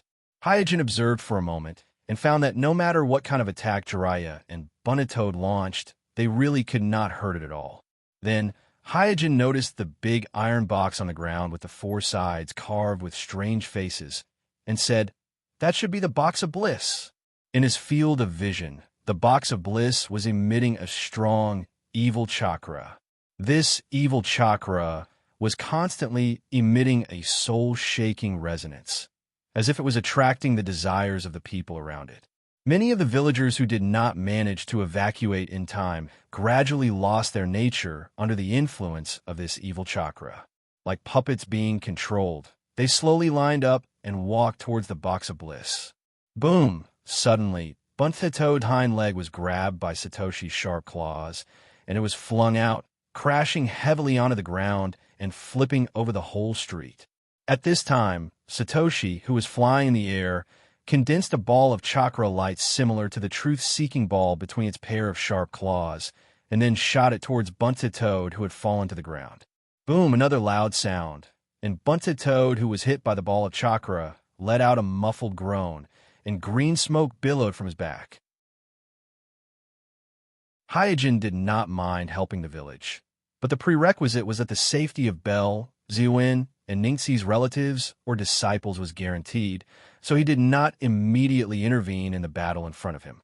Instead, he was prepared to confirm the safety of his relatives and friends. If time allowed, he was also prepared to change back to his own body and then find a chance to intervene. But just as Hyojin was about to leave, he saw a large group of my ninjas rushing over from the corner of his eye. The person leading them was none other than one of Mai's 3 ninjas, Tsunade Heim. What surprised him the most was that Bell, who only had the strength of a mid-level ninja, was also in the group. Satoshi, who was already a little annoyed by Jiraiya's pestering, realized that Mai's reinforcements were coming, and without a word, he glided over. In the dim sky, Satoshi, who was like a huge shadow falling from the sky, instantly broke through the formation of Tsunade Haim and the others. Its sharp claws were like a plow blade, drawing a long ravine on the ground. Any my ninja who tried to stop it were crushed in a meat paste by its long claws. Seeing the huge claws approaching, Belle, who was in the group, was stunned. Not far away, Tsunade Haim wanted to help, but the flesh and blood flying around her made her body weak, and she could not muster any strength. Clang! Just as Satoshi's claws were about to fall on Belle, a huge black iron spear fell from the sky and landed in front of Belle, blocking Satoshi's claws for her.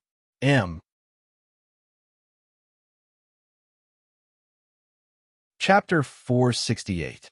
The sudden appearance of the black iron spear not only blocked Satoshi's surprise attack, but also attracted the attention of everyone present. Immediately afterward, a figure followed closely behind and landed on the top of the black iron spear. Emitsukami. The group of my ninjas looked at the newcomer and saw that the newcomer was wearing a black robe with golden edges and a mask with a gale pattern on his face. This is the attire of Emitsukami. Sitting on the ground, Kuroto also stared blankly at the strange figure standing on the black iron spear. She was still scared by the scene just now. Standing on the top of the black iron spear, Hyojin glanced at Yui without a trace. He heaved a sigh of relief in his heart when he saw that Belle was only slightly frightened and didn't suffer any injuries. Then he cursed in his heart. Damned girl, didn't I tell you not to participate in dangerous battles? You actually dared to come forward in such a fierce battle? Do you want to die? Humph. See how I'll deal with you when I get back. Originally, Hyojin could hide in the dark and let the village deal with the Akatsuki members first, then choose a suitable time to deal a heavy blow to either Nagato or Obsidian with a sneak attack, or even kill one of them. But Yui's situation forced him to hastily intervene in the battle. As a result, Kuroto, who originally had the initiative, suddenly jumped into the light and entered the field of vision of both the village and Akatsuki, falling into a passive position. But since he has already taken action, there's no point in regretting or being upset. So after pondering for a while, Kuroto immediately sneered at the surrounding my ninjas. TSK, what a bunch of trash. Don't tell me that the village of Mai, the head of the 5 great shinobi villages, only has such little strength. At this time, Tsunade struggled to stand up and frowned slightly. Are you from Emitsukami? Hyojin's eyes slightly narrowed as he glanced at Tsunade. There is no doubt that Tsunade is suffering from hemophobia at the moment and can't use her strength at all. If it weren't for Hyojin's help, she wouldn't even be able to save her disciple. But it is undeniable that Tsunade's symptoms are much lighter than Hyojin expected. In the original space-time, before Tsunade overcame her phobia, she would basically collapse at the sight of blood. At this time, blood and flesh were flying around her. It was a mess. However, she was able to grit her teeth and stand up, and her consciousness was very clear. She could observe the changes in the situation on the battlefield. It could be seen that she had already begun to try to overcome her phobia. In fact, after returning to the village, Tsunade, who realized that sooner or later there will be a battle with Akatsuki of Akatsuki, has begun to try to overcome her phobia. And after a period of overcoming, a little bit of blood no longer affected her, which was why she led a team to support Jiraiya. However, no one expected that Satoshi would be so difficult to deal with. As soon as he appeared, blood and flesh splattered everywhere, and the most bloody scene was displayed in front of her, making it difficult for her to bear for a while. Soph, at this time, Akatsuki, who was flying in the air, suddenly flapped his wings, and in an instant, countless sharp black feathers, accompanied by a whistling sound, attacked the ground. Hyojin frowned and immediately waved his right hand. Under the influence of the magnetic release chakra, the black iron sand floating around Suijin's body immediately turned into a giant shield, protecting everyone's head. Ding, ding, dang, dang. Akatsuki's feathers hit the iron sand giant shield, and a burst of metal impact sound was heard. Quick, treat the injured companions. After instructing several disciples around her, Tsunade turned to Hyojin and asked, "Why are you helping us? What is your Akatsuki's purpose?" Looking at Belle, who disregarded her own safety to treat the injured people around her, Hyojin's face sank and said to Tsunade, "Help you? Humph, I just think that this monster is a little interesting." After saying that, Kuroto carefully controlled the iron sandball to move Hyuga and the injured Konoha ninjas to a safe distance while being vigilant of Satoshi, who was flying in the air. Seeing that the black iron sand swept away many injured my ninjas, Tsunade asked, "What are you going to do?" Hyojin deliberately said coldly, "Tell these wastes to go away. Don't get in my way." "You." Tsunade was a little annoyed. Although she experienced the heavy blow of the death of her brother and lover, her sense of belonging to Mai was not as strong as before, but seeing Mai being looked down upon like this, she couldn't help but be annoyed. But on second thought, evacuating the injured and the weak Mai ninjas was indeed the right choice at the moment. So she ordered the Mai ninjas around her, "Jonin stay, the others evacuate." Bang! At this time, Jiraiya, who was buried in the ruins not far away, jumped out, panting, and shouted to Tsunade, "Be careful of that monster. It can read minds. It can see through all our attacks." The injured toad said weakly, "In the face of this monster, we have no chance of winning at all." "Damn it." Tsunade looked up at Satoshi, who was flying in the sky, clenching her fists tightly. The tragic situation of the village, and her companions who died around her, were urging her to get rid of the influence of hemophobia on her body. At this time, Satoshi, who was flying in the air, let out a burst of strange laughter. "Do you feel fear? You small insects, how dare you try to resist me? It's ridiculous." Insects. Standing on the top of the black iron spear, Hyojin's face gradually turned cold. Then he took out a storage scroll from the storage bag around his waist, then gently shook it in the air, put his hands together, and shouted, "Open!" Voila! Amidst the white smoke, countless black iron sand poured out from the storage scroll in the air like a sand waterfall. Kuroto won't make the same mistake twice. Previously, because he didn't prepare enough iron sand, he was tricked by the impure earth physique and Hashirama Dame-sama. After learning this lesson, whenever he uses the Type A wind release clone body, he always carries a storage scroll specifically for storing iron sand. After he had enough iron sand, Hyojin made a seal with his hands and shouted, "Magnetic escape! Iron sand rain!" Swish, swish, swish. In an instant, the huge iron sand turned into iron sand grains as thick as a finger, like raindrops, shooting towards Satoshi, who was in the air. Tsunade's face was filled with joy. With such a large area of attack, with its size, it should not be able to dodge it no matter what. However, before the joy on Tsunade's face could completely spread, it froze. This was because Satoshi, who was flying in the air, had dodged all the iron sand grains at an unbelievable speed. "Ha ha!" Satoshi's arrogant laughter echoed in the sky above the entire village, as if it was mocking the entire my village. As expected, it still doesn't work. Hyojin, whose expression did not change, glanced into the distance and thought to himself, "I hope the backup plan that I arranged will work."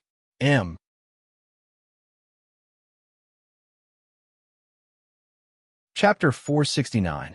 Rumble, listening to the continuous roars coming from my village in the distance. Obsidian, who was standing on a high cliff, smirked. "Hey, Kusanagi village is really unexpectedly capable." Nagato, who was standing quietly on the side, had a cold look in his eyes. Since the transplantation of the first-generation cells and the fusion of the immortal body of the Whirlpool clan and the immortal body of the Thousand Hand clan, Nagato has completely said goodbye to his wooden cart and can walk on his own feet. At this time, Conan, who was observing from the air, slowly landed on the ground and said to Nagato, "The monster that ran out of the box of bliss destroyed a large part of the outer wall of my village and has already broken into the village." Nagato said lightly, "There's an aura on that monster that makes me feel disgusted." Obsidian shrugged. "Isn't my village being trampled on the most what you want to see the most?" Nagato was silent. Suddenly, Zetsu poked his body out of the ground, and the other half of Zetsu complained, "Oh, why do I have to do such dangerous things every time? The monster that ran out of that box is not ordinary." Zetsu, who launched the red mist technique, not only could freely travel underground, but he could also restrain all his aura. He was the best candidate for investigation, so he's been following behind Goku and observing Goku's attack on Mai from a close distance. Not ordinary? How can it be? Disdainfully curling his lips, Obsidian said casually. "How did Mai deal with it?" Zetsu replied, "Mai first sent one of the three ninjas, Jiraiya, but Jiraiya was no match for that monster. Even if he summoned the big toad, he was still no match for that monster." When Nagato heard this, he looked at Zetsu with a little surprise. As a disciple, he was very clear about Jiraiya's strength. Together with Mount Mayaboku's Bunta the Toad, Jiraiya was definitely a shadow-level expert. He could even fight a tailed beast head-on. Yet, such a powerhouse was no match for the monster that came out of the Box of Bliss. This made Nagato think highly of the monster. Obsidian also smiled. "It was just a casual test. I didn't expect the effect to be so good. It seems that we have underestimated the foundation of the Kusanagi village." At this time, Obsidian also realized that the monster that came out of the Box of Bliss was indeed not ordinary. Baiju continued.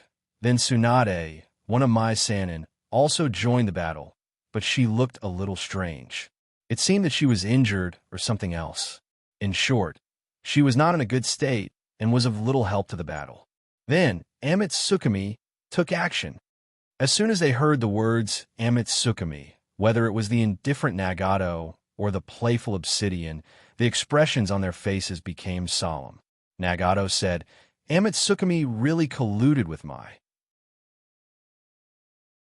When the three great ninja villages joined forces to raid the Rain Village last time, Amitsukami suddenly intervened, which made Nagato faintly feel that Amitsukami must have colluded with Mai in private. This time, he arranged for the Kusanagi village to attack Mai with the intention of testing the waters, but he didn't expect that Amitsukami would really jump out as he expected. Obsidian restrained the smile on his face and asked in a deep voice, "Who sent Amitsukami?" Hakuju replied with a hint of concern, "It's the guy with the wind pattern on his mask, and he used magnet release." Conan, who was in charge of intelligence analysis, took over the conversation and said, "The member of Amitsukami who used magnet release, his code name is currently unknown, and his battle record is very few. The only confirmed battle record is that he teamed up with Amitsukami's Homusubi and fought against Kyumo's AB and AB, and Amitsukami was defeated. He should be the weakest member of Amitsukami, right?"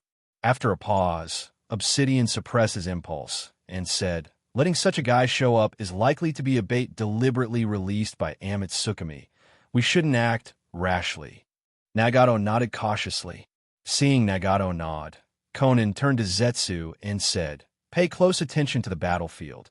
As soon as there is any news of Amitsukami's leader Yama, immediately report to us." The masked man added, "If Balrog appears, notify us immediately as well." In Amitsukami, the most feared members of the Akatsuki are their leader Yama and Homusubi, who possesses the Manjikyu Sharingan. In contrast, even Suijin, who is comparable to the three generations Naruto, Nagato, and Obsidian, don't care much about him. As for the unknown magnet release ninja, they don't care about him at all. My village, Naruto building. Looking at the rising smoke in the distance and listening to the constant noise echoing in their ears, the faces of the three generations are extremely gloomy. Standing on the side, the elite jonin of the Kusanagi village, Tatsu, looked nervous. No one expected that the monster that came out of the Box of Bliss would be so powerful that even one of the Sannin, Jiraiya, couldn't deal with it, and even after sending Tsunade, they still couldn't suppress it. It must be known that Jiraiya and Tsunade are the strongest cards that the three generations can play. In the estimation of the three generations, Jiraiya and Tsunade are not only responsible for repelling the Akatsuki's attack using the Kusanagi village's radical faction, but they also have to deal with the Akatsuki's subsequent offensive, draw out the Akatsuki's leader, Nagato, and create the conditions for the 5 Kage to attack Nagato. Yes, the 3 generations didn't hesitate to use the Kusanagi village as a battlefield to deal with the Akatsuki organization once and for all, directly kill Nagato, and retrieve or destroy the Rinnegan in Nagato's eye sockets that contain the power of the Sage of the 6 Paths. But things have deviated from the expectations of the 3 generations from the very beginning. The so-called Box of Bliss that can revive the Kusanagi village actually hides such a terrifying monster. Even when Jiraiya and Tsunade joined forces, they were still at a disadvantage, and the Akatsuki organization hasn't even officially appeared yet. At this time, Tatsuru couldn't stay any longer and stepped forward. Naruto-sama, the Kusanagi village is willing to help my deal with that monster. The 3 generations shook their heads. You can't show up yet. As a high-level Kusanagi, if Ryum suddenly appears in Konoha, then the Akatsuki will most likely guess that their attack plan has already been leaked to Konoha by the Kusanagi village, and they will definitely be prepared for it. At that time, the effect of the Kage attack will be greatly reduced. Tatsuru is also aware of the worries of the 3 generations, so he could only sigh. He is now extremely glad that the Kusanagi village hasn't been able to open the Box of Bliss in the past few decades. Otherwise, the entire Kusanagi village would have turned into a bloody purgatory overnight. The 3 generations looked into the distance and thought, we can only place our hopes on Amatsukami, but why did they send that magnetic release ninja, their leader Yama?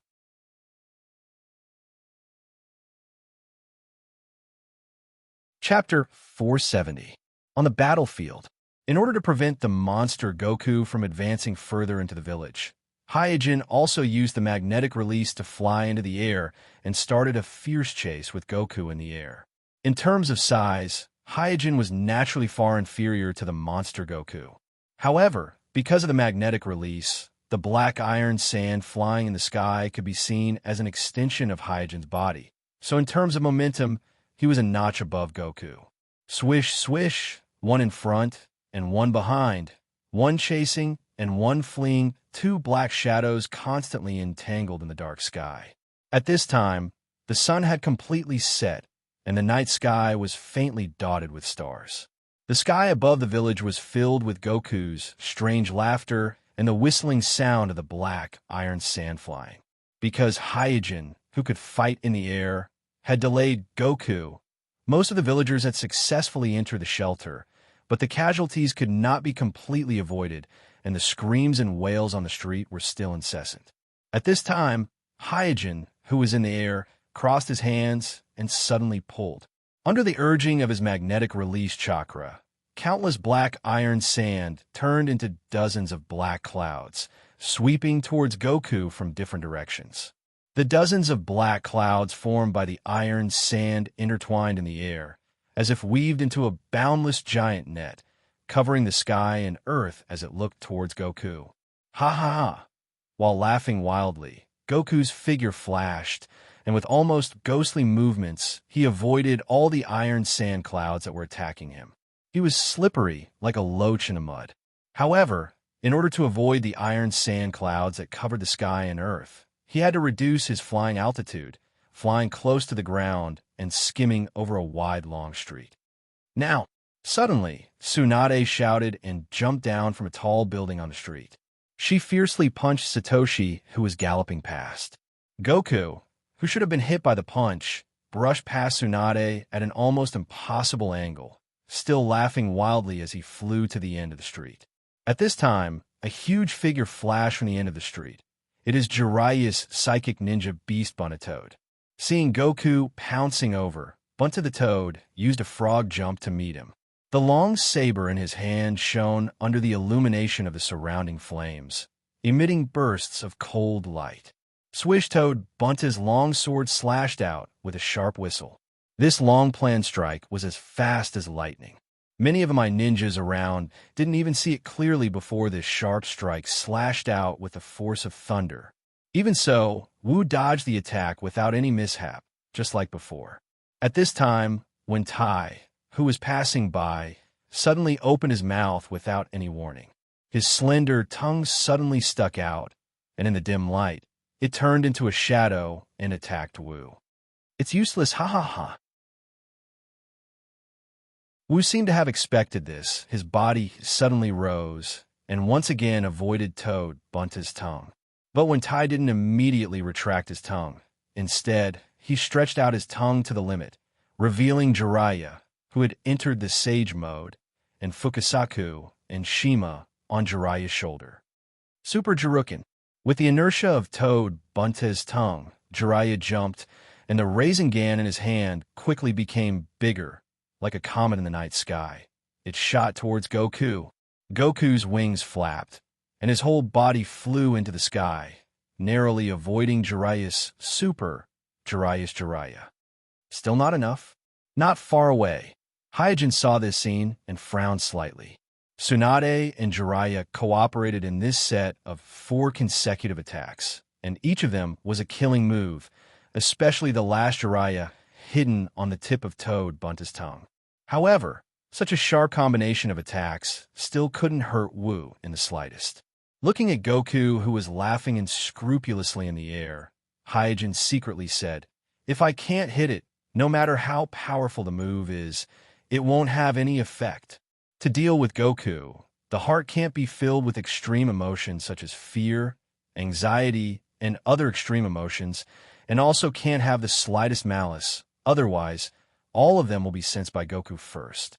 In other words, only people with a pure heart and no malice can hit it.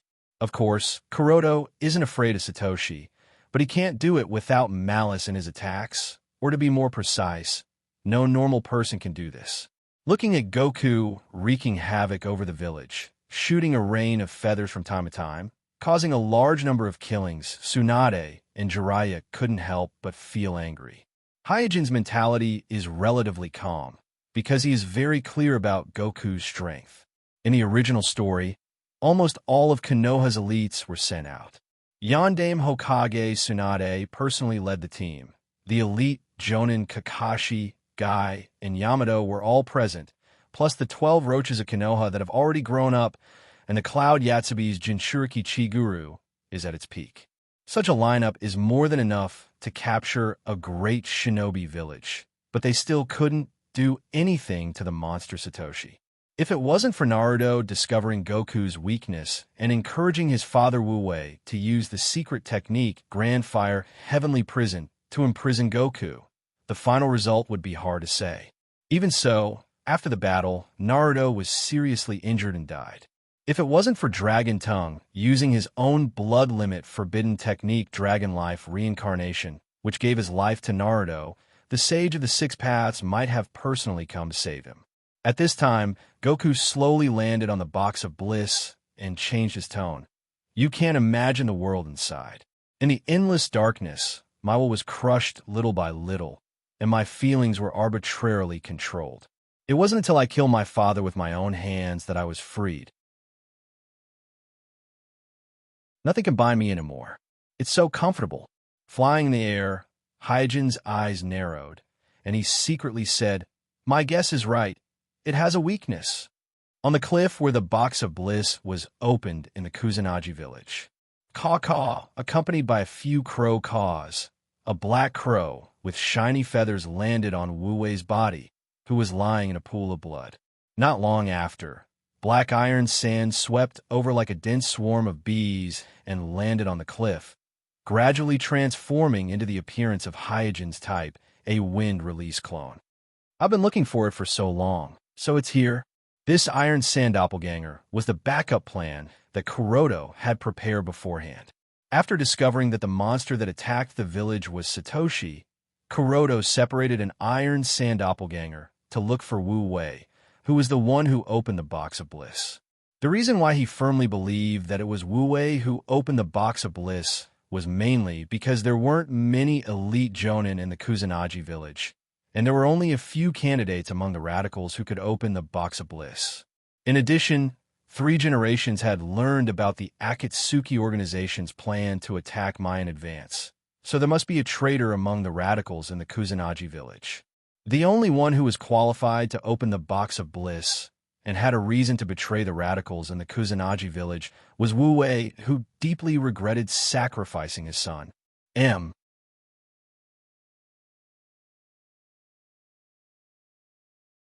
Chapter 471. Rumble.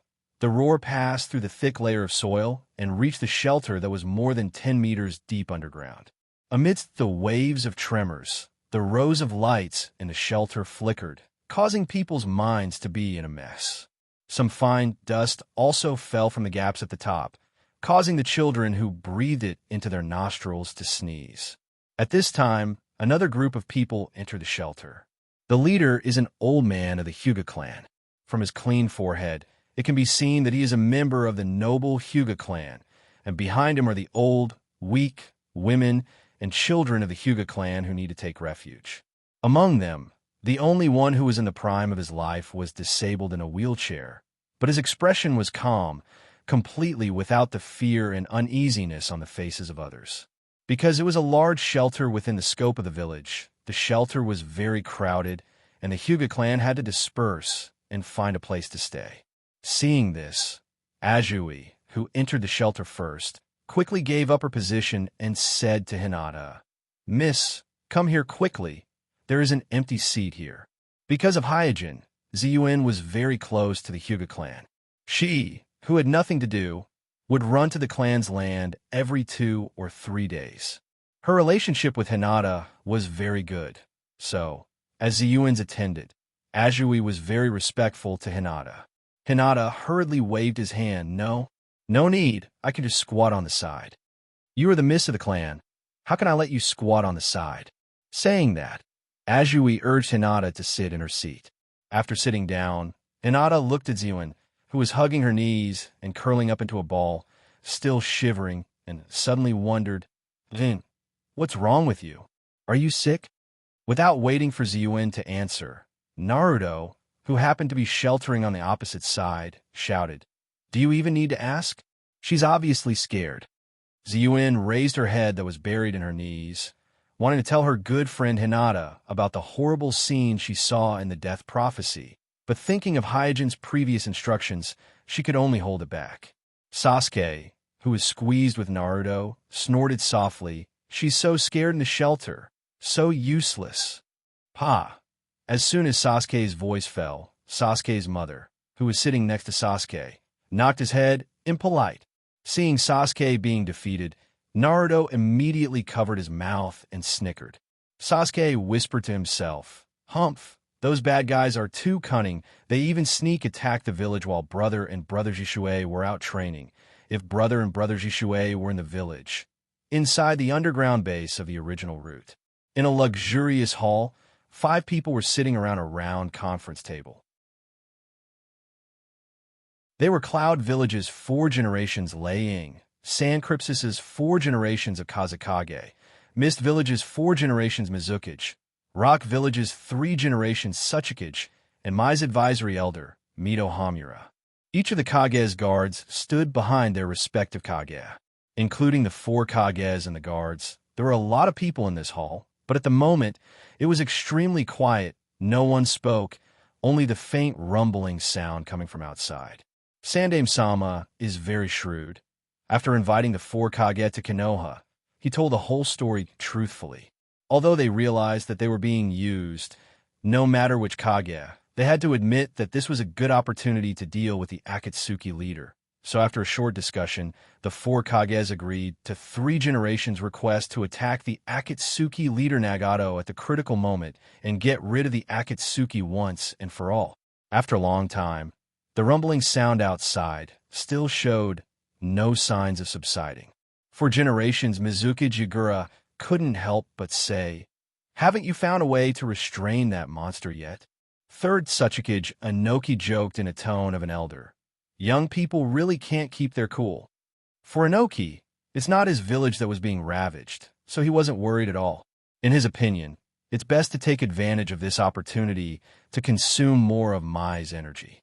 Naturally, Yagura didn't care about my village. He just heard that some members of Amitsukami were fighting with a monster outside, so he was a little concerned about the situation of Amitsukami's members outside. 4 generations Laying also asked Mitoki Hamura, "Is there any agreement between my village and Amitsukami that we don't know about?" Mitoki Hamura shook his head. The grumpy 4 generations immediately asked. Then why would they help you my village? 3 generations Suchikage also interjected. Regarding this matter, your my village must give us a reasonable explanation. Mitoki Hamura replied. The appearance of Amatsukumi's members was also unexpected to our my village. This wasn't part of our plan at all. The intelligence team's analysis is that this is related to the secret competition between Amatsukumi and Akatsuki. Yondaime Kazukage gently patted the conference table with his own puppet prosthesis. Everyone, don't quarrel anymore. If we lose this battle, the 5 great shinobi villages will become history, so these disputes should wait until after the war is over. 4 generations snorted heavily and said no more. The others also tacitly stayed silent. The battle on the ground continued. Unable to cause any damage to Amatsukumi village, my village can only choose to passively defend. Therefore, more and more blocks were destroyed, and the area affected by the battle was getting larger and larger, gradually spreading towards the central area of the village. After another fruitless attack, Jiraiya panted heavily and asked Hyojin loudly, Hey, do you have any idea? For him, although Amatsukumi is strange and unpredictable, and it is difficult to distinguish between friend and foe, but as a temporary teammate, for some reason, the people of Amatsukumi always give him an inexplicable sense of reliability. At this time, a mass of black iron sand flew from the distance and landed in front of Tsunade. After the iron sand dispersed, the thing wrapped inside was revealed. It turned out that the iron sand wrapped a man with a chest injury, and this man was none other than Udo, who opened the box of bliss. The scattered iron sand gathered again and transformed into the appearance of Hyojin, type A wind meld clone. He hurriedly ordered Tsunade, who has a puzzled look on her face, hurry up and treat him. He is the key to defeating this monster. Tsunade glanced at the injured man in front of her and immediately asked Hyojin Iron Sand Clone, Who is he? Just when Hyojin Iron Sand Clone was about to answer, Amatsukumi, who was in the air, seemed to have also sensed Udo's aura. Realizing something, it suddenly pounced on Amatsukumi. Hyojin Iron Sand Clone descended from the sky. While dispersing the Iron Sand Clone, he waved his hand. In an instant, countless black iron sand gathered together and formed a solid black iron round pot, trapping Tsunade and the injured Udo inside, protecting them.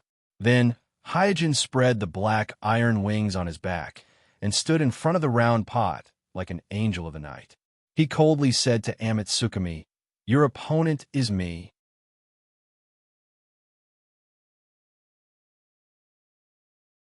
Chapter 472. Ding, ding, ding. After easily blocking Goku's feather attack, Hyojin's mouth curled up. The black iron sand around him was like a large moving black cloud. No matter what angle Goku attacked from, he couldn't break through this moving barrier. Hyojin really couldn't hit Goku, but at the same time, Goku couldn't break through his defense either. Wu flew into a rage out of humiliation and shouted, Damn, you tiny insect! Woo woo woo woo. Following Goku's hysterical shout, the box of bliss in the distance resonated with a whine that sounded like the wind and a cry. A suffocating evil chakra spread out from a box. This dark purple evil chakra was like tentacles that spread out in all directions, spreading to every corner of the village. When the dark purple chakra came into contact with the injured villagers or the corpses of the dead villagers, the eyes of these villagers or corpses immediately turned red, and they madly attacked all living things around them. In an instant, the whole Mai was in a commotion in the Uchiha clan's land. Fuyue crossed his arms in front of his chest and stood quietly on the roof of the police building. Around him were dozens of heavily armed Uchiha clansmen. Swish at this time, a figure landed beside Fuyue and reported, Patriarch, Naruto-sama ordered us to continue to be vigilant and guard against the Akatsuki surprise attack. Fuyue nodded. Although Goku was wreaking havoc in the village, the power of Mai was not completely affected by this monster. For example, the Umbu under Naruto, The police force in charge of the Uchiha clan and the ninjas of the major clans did not rush to join the battle. Instead, they were distributed in various key areas of the village to guard against the Akatsuki surprise attack.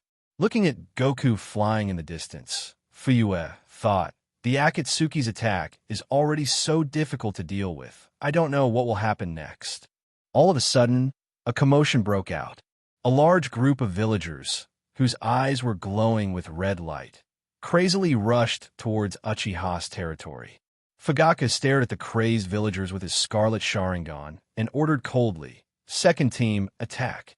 Swish! Following Fuyue's order, more than 10 Uchiha elites turned into shadows and charged towards the villagers who were controlled by the Box of Bliss, Hyuga clan's territory. Bang, bang, bang. After a series of slaps, 7 to 8 villagers controlled by the Box of Bliss fell to the ground at the same time. Hayashi heaved a sigh of relief and retracted his stance. Then he looked around. Because the Hyuga clan's land is closer to the center of the village than the Uchiha clan's land, so the impact here is also earlier. But under the attack of the Hyuga clan's experts, the crazy villagers who rushed into the Hyuga clan's land were not many, and a large number of them were lying on the street. At this time, Richa came over and said, "The brains of these villagers have been completely destroyed. There is no saving them." Hayashi gently nodded. He also has the Byakugan, so naturally, he has already discovered this. Richa glanced at Goku in the distance and asked again, "Is there any new order from Naruto-sama? Is there really no need to support the battlefield over there?" Hayashi said with a solemn face, "That monster is not something that can be dealt with by numbers." On the main road leading to the Naruto building, the 7th squad of Umbu stationed here was also attacked by the crazy villagers. Standing in the middle of the street, Kurenai quickly printed with her hands and shouted, "Jinjutsu, Sakura Naruto technique." As Kurenai's Jinjutsu was activated, countless cherry blossom petals fell from the sky, causing the crazy villagers to be at a loss. One by one, they lost their aggression and stood there in a daze. Hyojin's shadow clone, who stayed in the 7th squad, gave an order, "Kill them." Gale was shocked and said, "But they are all ordinary villagers." Hyojin's shadow clone shook his head and explained, "Their brain structure has long been destroyed, there is no saving them, and many of them are corpses." After listening to Hyojin's explanation, Gale and Shien no longer hesitated. They immediately waved their long swords and harvested the villagers who were controlled by the Box of Bliss. After releasing the Jinjutsu, Kurenai looked into the distance absent-mindedly. She knew that Kamikaze of Amatsukami was fighting fiercely with a monster that was wreaking havoc in the village, on the battlefield. Seeing that Goku was getting more and more hysterical, Hyojin felt more confident. This was because Goku's performance had undoubtedly proved that his method was correct. Not far away, Jiraiya naturally noticed this as well. He directly leaped onto the top of the iron sand round pot. Being in Sage mode, he was the same as Hyojin. Although he could not hit Goku, he was not afraid of Goku's attack. Standing on top of the iron sand round pot, Jiraiya was distracted and looked around. At this time, Master Fukasaku on his shoulder said, "Little Jiraiya, don't be distracted. Don't forget that this is Those ordinary villagers controlled by the Box of Bliss won't be able to cause much damage." On the other shoulder, Master Shima said, "Yes, I can sense that the villagers controlled by the evil chakra are rapidly decreasing. Don't worry about those things and focus on what's in front of you." Jiraiya nodded and focused all his attention on Goku. After fighting for so long, everyone had a rough idea of Goku's strength. Aside from a special ability to sense fear and malice, Goku's combat strength was only at the level of an ordinary tailed beast. Moreover, it was obviously not as strong as the strongest tailed beasts, the 9 tails and the 8 tails. Among the 9-tailed beasts, Goku was probably ranked in the middle. The main reason why Goku was so difficult to deal with was that his ability to sense fear and malice was too incomprehensible. In addition, he could fly and had very high mobility. Therefore, Hyojin believed that the legend of Goku destroying several countries during the Warring States period was very likely to be true, because as long as he could not be restrained, he was almost invincible. After a while, Tsunade's voice came from under the iron sand-round pot. "It's done. So fast." As expected of Tsunade, after muttering to himself, Hyojin immediately removed the iron sand-round pot. As the iron sand fell little by little, the figures of Tsunade and Wu Wei were gradually revealed. At this time, Wu Wei's face was haggard, and his expression was depressed. His eyes were completely devoid of the spirit that an elite Jonin should have. His whole person was like a walking corpse. In this regard, Hyojin could understand. For the sake of the dream that he pursued all his life, he sacrificed his only son. But in the end, he found out that this dream was nothing but a scam. The box of bliss couldn't satisfy his wish, nor could it bring back his son. Retracting his wings, Hyojin landed beside Wu Wei and said lightly, "Hey, don't you want to free your son?"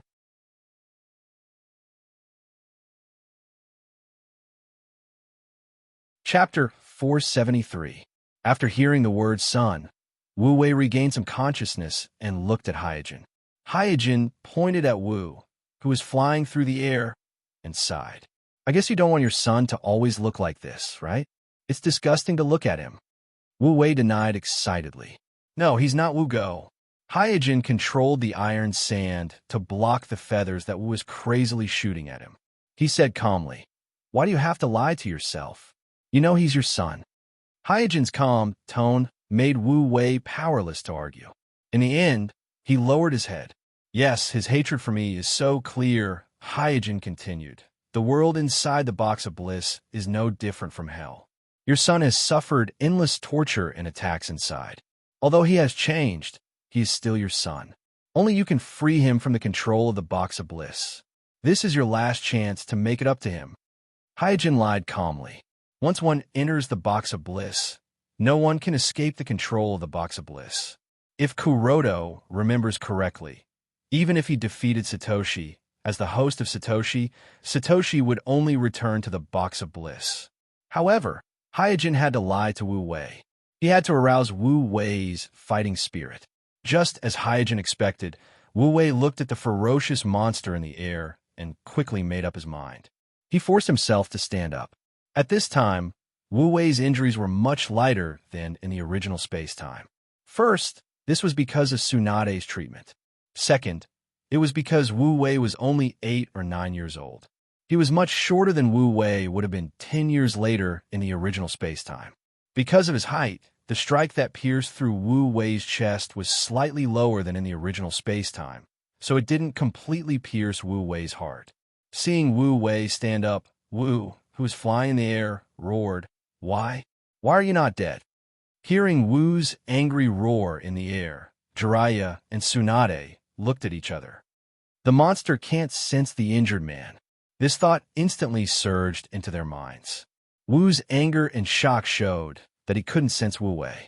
If he couldn't even judge whether Wu Wei was dead or alive, he couldn't predict Wu Wei's actions. Although they did not know the reason, Jiraiya and Tsunade both understood that the injured man in front of them was probably the only one who could hit Satoshi. After realizing this, both of them turned to look at Hyojin, who had just rescued Wu Wei. They felt that Tsukumi was even more mysterious than before. Under the mask with the wind pattern, Hyojin's lips curled up. As Wugo's father, Wu Wei has neither the slightest fear of his son who has become a monster, nor will he have any malice towards him. Therefore, he is currently the only person who can crack Satoshi's special ability. And more importantly, he is also an elite Jonin who specializes in confinement. As long as he is given a chance, he can kill Satoshi in one blow. At this time, Wu Wei asked Hyojin, "What should I do?" At this time, there was no longer any hesitation or regret on Wu Wei's face. His eyes were full of determination, and he had regained the calmness that an elite Jonin should have. "Of course, use what you're best at." After a pause, Hyojin continued, "I will create an opportunity for you." After saying that, Hyojin spread the wings behind him and flew into the air again. Previously, Because he knew that he couldn't hit Satoshi, Hyojin's movements were very conservative when he was entangled with Satoshi. He mainly focused on stalling and saving his own chakra as much as possible. But now the situation was different. In order to give Satoshi a fatal blow, he had to use all his strength. Smack! With a crisp slap, Hyojin put his hands together. Then, all the black iron sand in the sky floated up, forming a huge black curtain that almost covered the entire sky of my village. Looking at the black iron sand covering the sky, Jiraiya's mouth trembled. Hey, did that guy not use his full strength before? Tsunade looked at Hyojin in the air with a vigilant face and complained, didn't the intelligence say that the strength of this magnet release ninja of Amatsukami is very ordinary? How did you collect the intelligence? Obviously, it wasn't only Jiraiya and Tsunade who were shocked by the iron sand in the sky. Wu Wei, who was on the ground, was also stunned, and the other ninjas of Mai were even more stunned. Naruto's office. Through the window, 3 generations stared at the iron sand curtain in the sky that covered the entire village and said to the Umbu next to him, raise the threat level of this magnet release ninja of Amatsukami. He has the strength to destroy an entire village. Realizing that the situation is not good, Satoshi immediately swooped down and glided to the position of the box of bliss, lifted it with both claws, and wanted to escape from Mai. However, just as he grabbed the box of bliss, his body suddenly stopped. Looking down, Satoshi found that the bottom of the box of bliss has long been entangled by countless black iron sand and was firmly nailed to the ground. You killed so many of my people, and you still want to escape? Tsunade shouted and flew up. Satoshi had to give up the box of bliss, flap his wings, and fly to the sky, avoiding Tsunade's attack. At this time, Kuroto controlled the iron sand curtain that filled the sky, covering the sky and covering Satoshi in the air. Satoshi can indeed sense fear and malice, and predict the enemy's attack. But after the previous test, Hyojin also found that if the attack frequency is high enough, and the method is clever enough, it can still cause trouble to Satoshi. For example, the previous set of 4 consecutive attacks by Jiraiya and Tsunade almost hit Satoshi. Therefore, Hyojin suspects that if he reaches the strength of the 6th-path realm, he may be able to ignore Satoshi's special ability and directly defeat him. Facing the overwhelming iron sand curtain, Satoshi panicked a little. He flapped his wings in a disorderly manner, and for a moment, he didn't know whether to directly break through the iron sand curtain or avoid it. Hyojin noticed this and thought to himself, if I fight it with all my strength, I might have a chance of winning. But this thought was fleeting. No one from the Akatsuki organization has appeared, and Hyojin can't fight this monster to the death.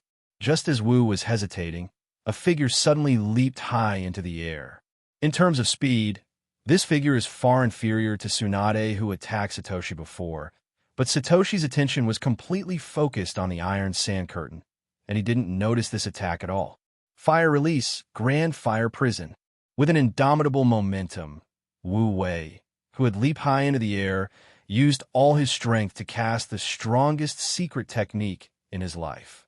Seeing the technique of Grand Fire Prison covering his whole body, Satoshi finally realized it and roared angrily. Damn it! Boom! Before Satoshi could finish speaking, Hyojin controlled the giant iron sand fist to hit it, smashing it to the ground.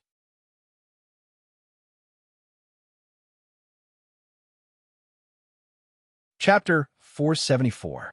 As soon as Hyojin punched Goku to the ground, the enraged Tsunade leaped up high and punched Goku, who was on the ground. Boom! Another roar suddenly exploded in everyone's ears. After being hit head-on by the angry Tsunade, Goku's huge monster head was fiercely smashed into the ground by the monstrous fist. The entire ground also shattered inch by inch, extending hundreds of meters away. Not far away, Jiraiya and Bunta, the toad, staggered and almost fell to the ground because of the cracks on the ground. When Hyojin, who was in midair, saw this scene, the corner of his eye twitched unconsciously. He thought to himself, if I was hit by this punch, would I die immediately? The power of the enraged Tsunade's extraordinary strength fist was simply jaw-dropping. Goku's swollen head was directly smashed by the fist and sank deep into the ground. There was no movement for a long time. Jiraiya swallowed his saliva and said, it wouldn't be directly beaten to death, would it? Tsunade rolled up her sleeves, clenched her fists, and spat softly. TSK, it can't be that weak, right? Immortal Fukasaku, who was on Jiraiya's shoulder, sensed for a moment and immediately reminded them with a serious face, it's not dead yet. Don't let your guard down. At this time, Wu Wei walked toward Goku step by step and muttered to himself, I will personally redeem the mistake I made.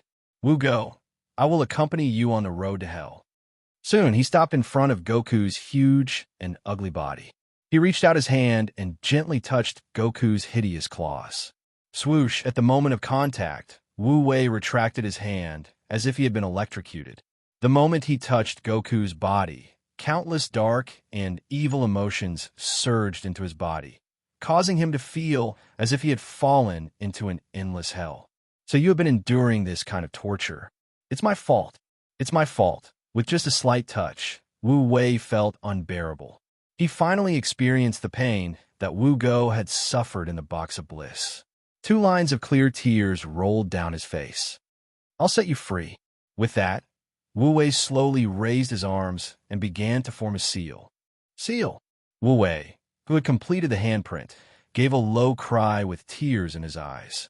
As Wu Wei activated the Grand Fire Celestial Prison, the technique that bound Wu immediately glowed red. Then, the red light began to burn from the inside out.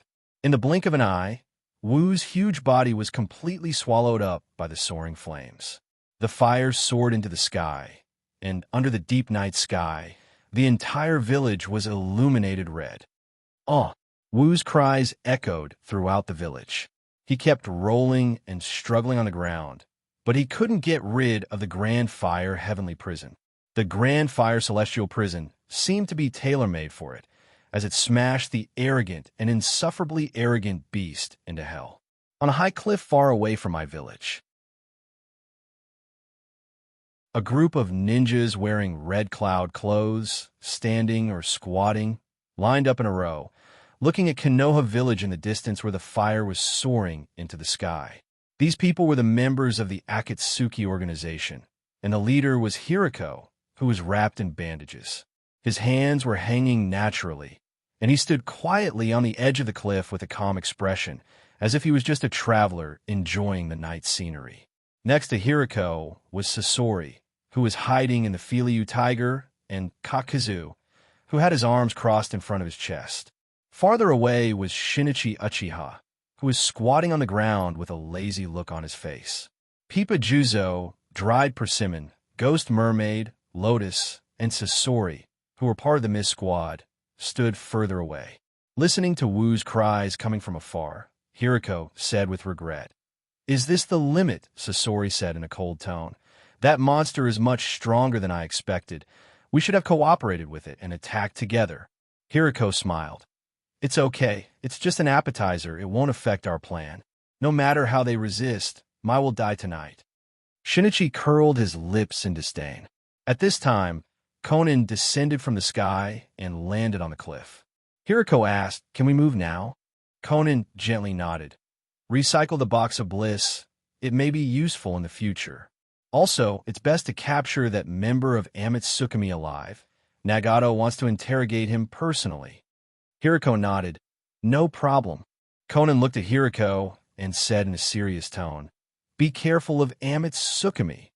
Hiriko smiled and said, Don't worry. Immediately after, Hiriko snapped his fingers, and his fusion spirit beast flew to the edge of the cliff. Hiriko said to everyone, Let's move out. The Akatsuki members didn't waste any time and jumped on Hiriko's fusion spirit beast. In the village, Mute and Yui, who were supporting each other, slowly walked to the edge of the battlefield. Looking at Wu, who was wailing in the fire, they said with emotion, It's finally over. At this time, Hyojin landed beside them and said, It's over. Humph, it's just the beginning. Mute looked at Hyojin with some vigilance. Although this member of Amatsukami has been helping the village to deal with the monster Wu, Amatsukami is still a mysterious organization, just like the Akatsuki, so Mute is very wary of Hyojin, who is disguised as an Amatsukami member. Yui, like Mute, also had a vigilant look on her face, but thinking of what happened just now, she said gratefully, "Thank you, Kuroto-san." The strength shown by Kuroto caused Yui to subconsciously use honorifics to address him respectfully. Glancing at Yui casually, Hyojin urged, "I'm afraid there will be a more tragic battle coming. Don't stay here and get in the way. Hurry up and take refuge." Mute said, "We are my ninjas. It's our duty to guard the my village." Yui also nodded in agreement. Tsunade looked at Kuroto-san. She was a little surprised that this powerful member of Amatsukami would be so kind as to remind his disciple, but she also knew that his reminder was right. Although the monster Wu was restrained, none of the Akatsuki members have shown up yet, so the crisis is far from solved. Whether it is Mute or Yui, their strength is not enough to deal with the current situation. So for them, taking refuge is the best choice. So, Tsunade shouted from afar, "You two go to the shelter immediately. It should be full of injured people now. You can go and help." With Tsunade's order, Mute and Yui no longer insisted and supported each other to go to the shelter. Hyojin also secretly breathed a sigh of relief. As long as Yui was on the battlefield, it was difficult for him to concentrate. He always felt that his hands and feet were tied, and it was obviously a big taboo when fighting against a strong enemy. Mobile version of the fastest website.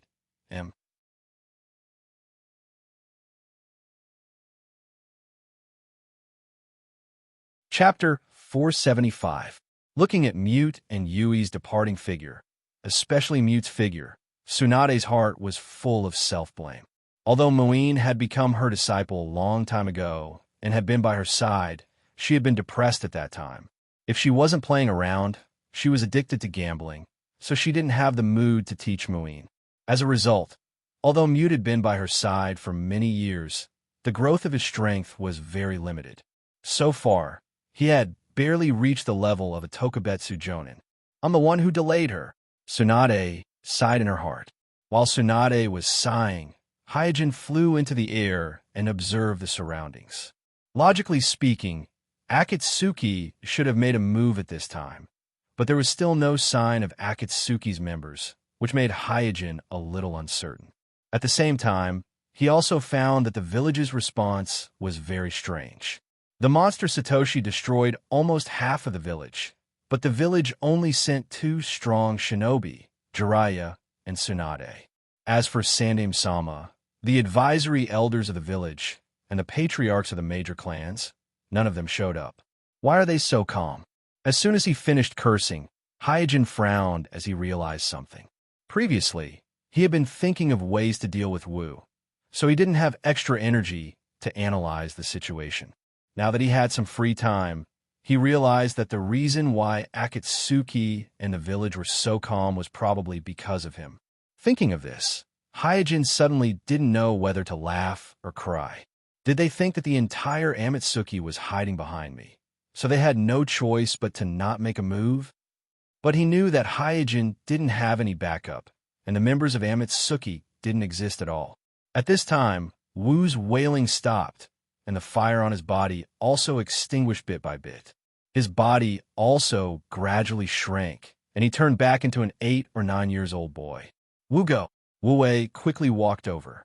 The boy lying in the ruins slowly opened his eyes and said weakly, "Father." Wu-wei hugged Wu-go. "I was wrong. I let you down." Wu-go pushed his father away and staggered to his feet. Wu-wei shook his head and pleaded, "Son, don't be controlled by the box of bliss anymore. Turn back. This time, no matter where you go, I'll be with you." Wu-go smiled miserably. "I really hope that you could understand this earlier, but it's already too late.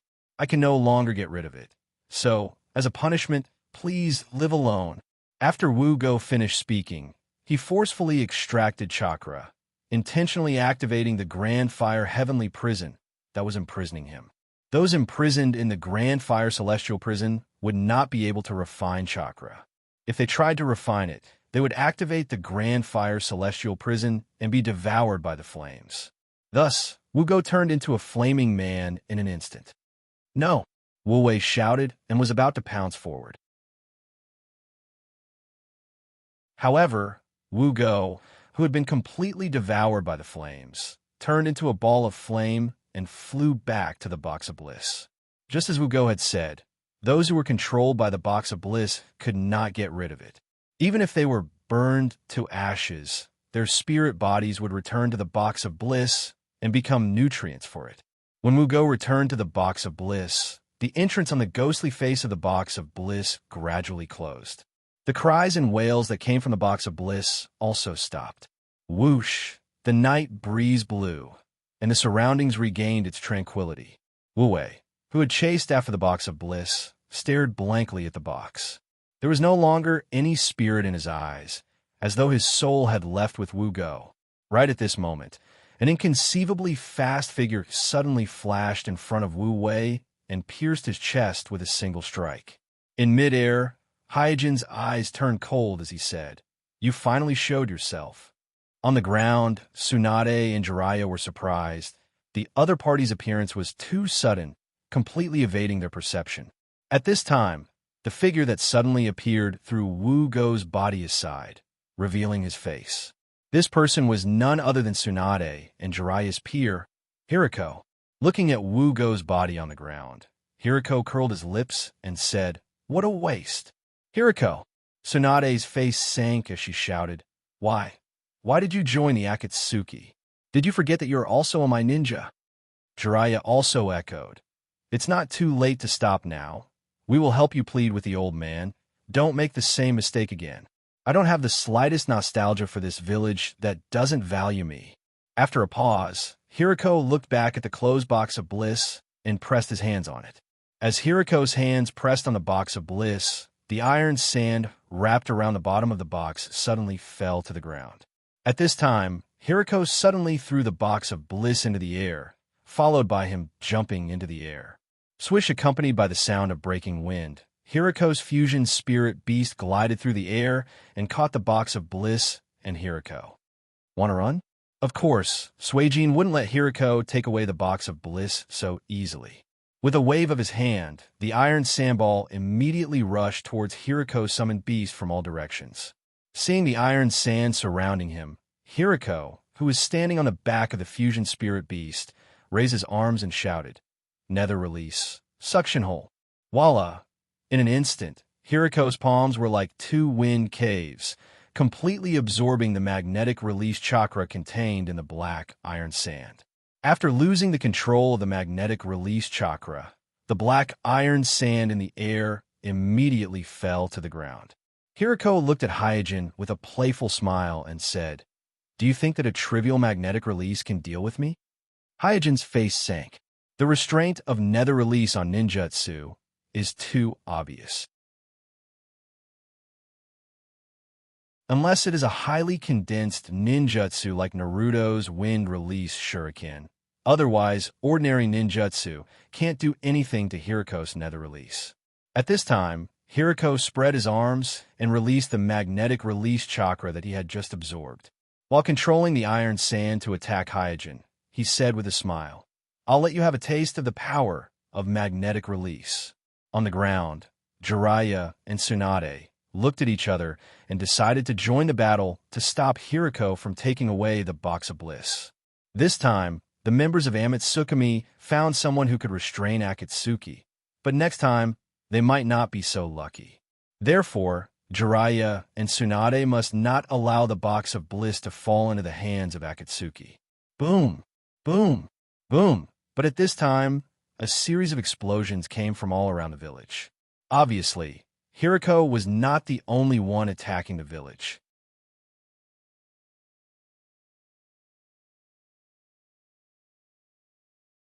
Chapter 476. Deafening explosions came from almost all directions of the village at the same time. The village, which had just regained its tranquility due to the box of bliss, immediately fell into chaos again. While flying in the air, Hyejin looked around the village. In the vision of the Byakugan, the eastern part of the village was already in chaos. In a narrow area of a few blocks, hundreds of chakra reactions were active at the same time, and these chakra reactions were all connected by chakra lines.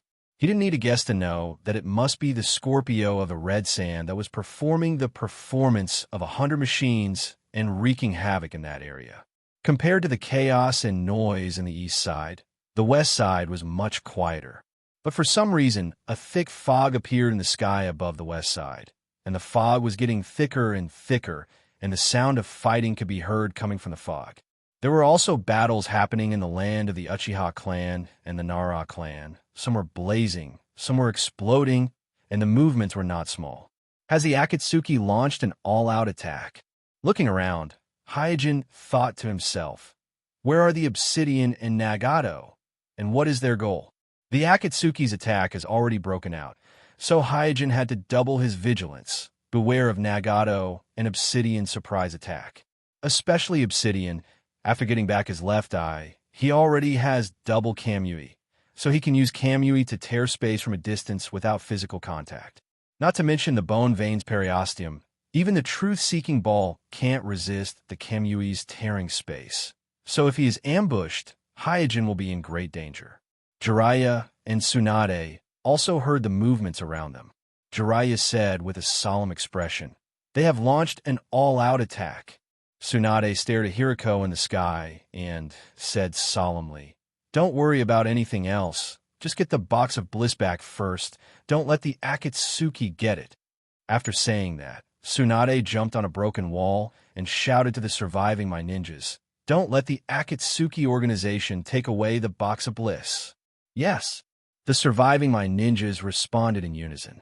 After experiencing the nightmarish battle, the survivors understood the consequences of letting the Akatsuki obtain the box of bliss. Hiriko sneered and said, "You're overestimating yourself." Swish, before his voice faded, Hiriko's figure disappeared from where he stood. Immediately afterward, he suddenly appeared on the ground and directly pierced the chest of a my ninja with his hardened arm. The process was almost exactly the same as killing Wu Wei. "You? How could this be? What?" When Hiriko pulled out his bloody arm, the surrounding my ninjas finally reacted. The corner of Hiriko's mouth curled up, and he directly split into 5 clones, each of which left a long afterimage and rushed towards 5 my ninjas in different positions, instantly replicating the previous attack and beheading all 5 my ninjas. At the same time, the 5 clones disappeared at the same time, as if they were never there. Jiraiya was shocked. White smoke without shadow clone technique. It's not shadow clone technique, it's body flicker technique. Fukasaku-sensei on Jiraiya's shoulder was also shocked. What a fast speed! Is this the rapid release Kekkei limit? One must know that the surviving Konoha ninjas on the battlefield at this time, although all of them were injured, but they were at least Tokubetsu Jonin level, so it was unexpected that they couldn't even resist a single move from Hiriko. Damn it! Seeing Hiriko slaughtering his companions from the same village, Tsunade was furious, and without saying any nonsense, she directly swung her fist at Hiriko. Boom!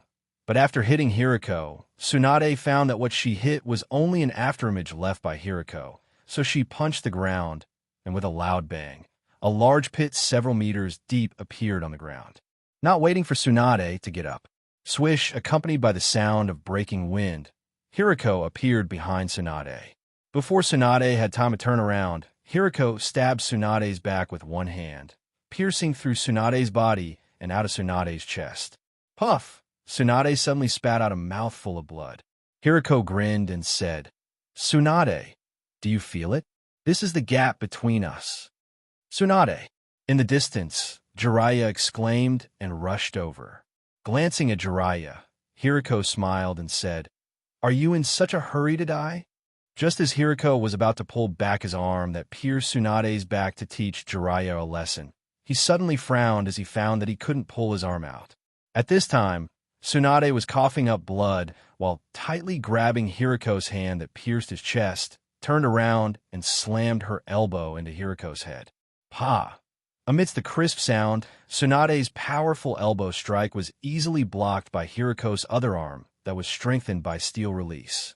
Hiriko, whose eye sockets have turned scarlet, chuckled and said, "The contraction of the muscles in your shoulder blade has long exposed your intentions."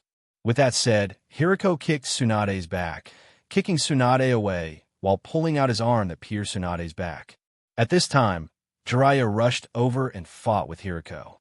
In Sage mode, whether it is speed, strength, reaction, or perception, Jiraiya is outstanding, almost reaching the limit of ordinary people. Moreover, with the help of Shima Fukasaku and Shima on his shoulder, it is not an exaggeration to say that his combat power has doubled. But Hiriko, who is Sharingan Kama, Rapid Release, and Steel Release, is also one of the best in the shinobi world, so he is not afraid of Jiraiya. Boom, boom, boom.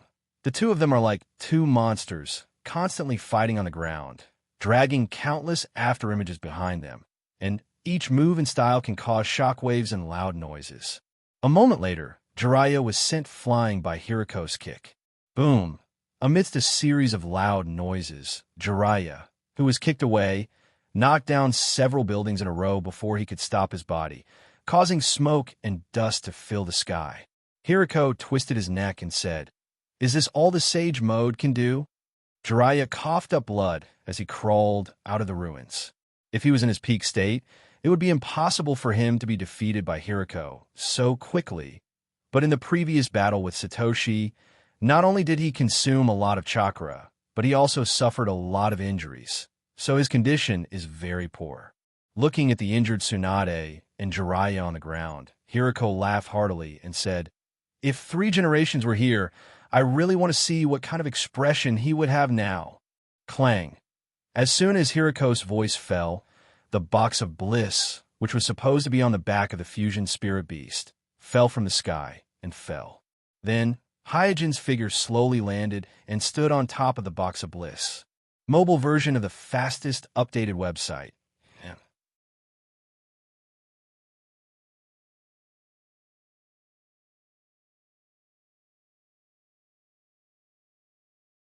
The My Shinobi stationed in various areas have become active and launched a full-scale counterattack against the Akatsuki members who attacked the village. Glancing at the My Shinobi who came to reinforce the village, Hyojin frowned slightly. The enemy in front of him is Hiriko, and he can use the Sharingan proficiently. Ordinary ninjas don't mean much to him. Only an elite Jonin can pose a real threat to him. Only an elite Jonin can pose a real threat to him. Tsunade-sama, Jiraiya-sama. After discovering the injured Tsunade and Jiraiya on the ground, a commotion broke out among the My Shinobi who came to reinforce the village. Obviously, no one expected that the 2 My Shinobi would be knocked down by the Akatsuki members. Soon, with the help of the My Shinobi, Tsunade and Jiraiya both stood up. Tsunade's injury should have been more serious than Jiraiya's, but at the moment, Tsunade's condition is much better, as if she wasn't the one who was pierced in the chest just now. Jiraiya, on the other hand, has a dispirited look on his face, and because of excessive consumption, he has already exited the Sage mode. The 2 toads are also gasping for breath. Such a good opportunity to attack, but Hiriko didn't take advantage of it. Instead, he looked at all of this with great interest, seemingly enjoying it very much. At this time, Kuroto's figure flashed and jumped to the side of the box of bliss, while looking at Hiriko vigilantly, and asked Hyojin in a very familiar tone, "What's the situation now? Are we that familiar with each other?" After secretly cursing in his heart, Hyojin said, "You came at the right time.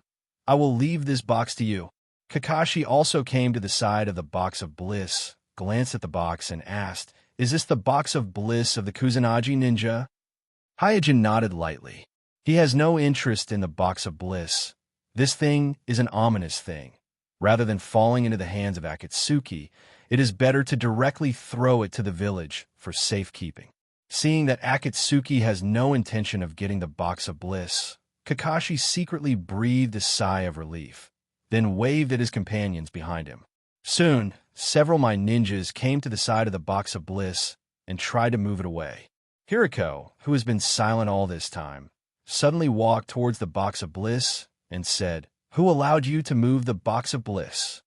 Kuroto was about to step forward with the kunai in her hand, but was stopped by Hyojin. "You are not his opponent." Kuroto asked with a puzzled look. "There are so many of us. Why should we be afraid of him?" Swish, before Kuroto's voice fell, Hiriko flashed in front of her and stabbed her in the chest with his hand. This...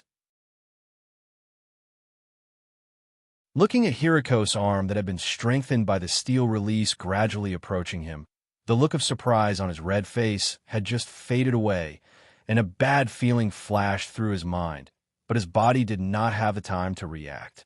Bang! Just as Hiriko's arm was about to pierce through Kuroto's chest, his whole body was kicked away by Hyojin from the side. Hiriko quickly stood up and glared at Hyojin. "You are courting death." The kick just now was nothing to him. With the strengthening of the steel release, ordinary physical attacks couldn't hurt him at all, but this kick made him very angry, and he felt like he was slapped in the face. At this time, Hyojin said to Kuroto, who had just taken a trip to the gates of hell and was gasping for breath, "Retreat. Only I can deal with him." Okay. Kuroto, who knew how powerful Hiriko was embarrassed and annoyed at the same time. She responded in a low voice and then retreated reluctantly. On the side, Kakashi suddenly felt a little awkward. He didn't know whether he should help the member of Amitsukami in front of him to deal with Hiriko or retreat with Kuroto. However, Hiriko didn't let Kakashi's embarrassment last too long. He said fiercely, "The magnetic release is useless against me. Watch how I tear off your limbs one by one."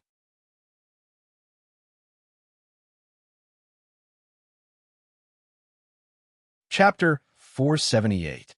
Oomph. With a light snort, Hyojin didn't waste any more time talking nonsense. His figure flashed, and he faced Hirojin head-on. Bang! In an instant, the two figures collided with each other in extremely fast speed, and a low muffled sound and shockwaves spread out at the same time. Collapse immediately afterward, the ground under their feet sank due to the huge reaction force, and cracks extended outward, instantly expanding tens of meters away. "Hey, you're quite strong." The corner of Haruho's mouth curled up, revealing an evil smile. There is no doubt that after the fight, Haruho has realized that Hyojin's taijutsu is also extraordinary, and he isn't a ninja who only relies on magnet release. However, he doesn't care about this. On the contrary, he is a little excited. Hyojin didn't answer. He tilted his head slightly, turned around, and swept his leg. Haruho's body sank, and the scarlet Sharingan in his eye sockets rotated rapidly, avoiding Hyojin's leg sweep, and immediately used steel release to strengthen his right arm, stabbing straight at Hyojin's side. At this time, Hyojin's leg sweep was already finished, and he was in mid-air, with almost no leverage, so Haruho's face showed a smile of success. "Hey, competing with my swift release and speed? Competing with my Sharingan and insight? Stupid guy." Haruho sneered in his heart. He is confident that no one can suppress him in speed except for Nagato, who has swift release, and no one can suppress him in insight. At the same time, he is enjoying the sense of accomplishment of killing an expert. He even feels that if this member of Amitsukami in front of him is a little stronger, it might be more interesting. However, the smile on Hiriko's face quickly froze as Suijin adjusted his body in a strange posture, not only avoiding Hiriko's thrusting arm, but also turning around and kicking Hiriko's face fiercely. Bang! Another muffled thud rang out, and Hiriko was sent flying through the air, smashing a large hole into a house on the side of the street. Haruho, who had steel released to protect himself, quickly jumped out. At this time, his face no longer had the previous calmness, but a little more exasperated. "Damn it, your action just now." Halfway through his words, Haruho shut his mouth.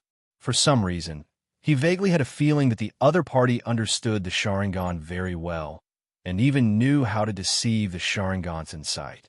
But this is obviously impossible, unless the other party is also a Jutsu Kekai ninja. Hyojin did not answer. He just slightly moved his neck. From the beginning of the battle, Kuroto didn't provoke Hiriko anymore, because his enemy was far more than just Hiriko in front of him. He must be fully focused and always be on guard against Nagato or Obito's sneak attack. Seeing that the box of bliss has been moved out of his field of vision by the Konoha ninjas, Hiriko showed a fierce expression on his face. Well, I'm going to get serious. Whoosh! After saying that, Hiruho pounced straight at Hyojin. Hiruho's full strength burst out, and his speed was simply astonishing. Even if it was just a normal attack, it caused a wave of air, and there was even a faint sound of explosion. Hyojin's expression turned serious, and he no longer held back. He rushed forward to meet Hiruho. Boom! Boom! Boom! In an instant, the battle between the two left dozens of afterimages. It was obviously a one-on-one duel, but it was as fast as a dozen people fighting each other. The sound of explosions, air waves, the cracking of the ground, and the roar of collapsing brick walls erupted at the same time. Are they monsters? One by one, the My Ninjas were dumbfounded. Even Jiraiya and Tsunade were surprised. The strength of Hiruho and Hyojin's taijutsu was completely beyond their expectations. Their speed was so fast, and their moves were so sharp that they were dazzled. Senshi Fukusaku, who jumped on top of Jiraiya's head, said with a sigh, "This member of Amatsukumi's taijutsu is actually comparable to the rapid release. It's simply incredible." Jiraiya nodded. "I'm afraid that in the entire village, only that kid from the Uchiha family can have such speed." Tsunade said with a gloomy face, "Unless it's a forbidden technique like the 8 inner gates, otherwise this kind of taijutsu strength should be the peak of the ninja world." Although very reluctant, Tsunade has to admit that no one in the current might can match the level of taijutsu in terms of taijutsu alone. Listening to the comments of the Mai Sanins Jiraiya and Tsunade, the Mai Ninjas felt their hearts palpitate. Fortunately, this member of Amatsukumi blocked Hiruho's attack. Otherwise, a bloody battle would have been inevitable, and it's hard to say how many of his companions would have survived. Boom! Boom! Boom! In the dark night, the two of them moved like ghosts. Their speed was so fast that it seemed as if they were constantly flickering. No matter what they hit along the way, houses, courtyard walls, street lamps, etc., everything was destroyed with a single touch. In the blink of an eye, the entire street was almost destroyed. Without the Sharingan in his left eye, Kakashi's insight has dropped by a level, so he could only ask Jiraiya next to him, "Jiraiya, Sama, who do you think will win?" Jiraiya shook his head and said, "It's hard to say at the moment." Tsunade analyzed, "Hiruho not only has the rapid release, but he also has the steel release to protect his body. Coupled with the Sharingan's insight, if the stalemate continues, he may have the upper hand." Red, who was staring at the battlefield, immediately said, "Wind Chime will not lose." In an instant, the eyes of all the My Ninjas gathered on Red.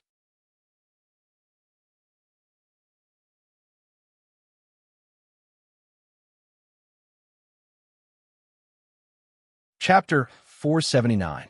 Brother, get up and have breakfast. Under the bright sunshine, Itachi slowly opened his eyes. In his field of vision was his cute younger brother's childish face. Itachi subconsciously flicked Sasuke's forehead and said with a smile, "It's Sasuke." Sasuke pouted and said, "Brother is really a lazy guy." Following Sasuke all the way to the dining room, Itachi found that his father, who was always serious, was now joking with his mother, and his mother was preparing breakfast with a smile on her face. Soon, his mother put the fragrant breakfast on the table. After sitting side by side with his younger brother Sasuke, Itachi said casually, "I'm going to eat."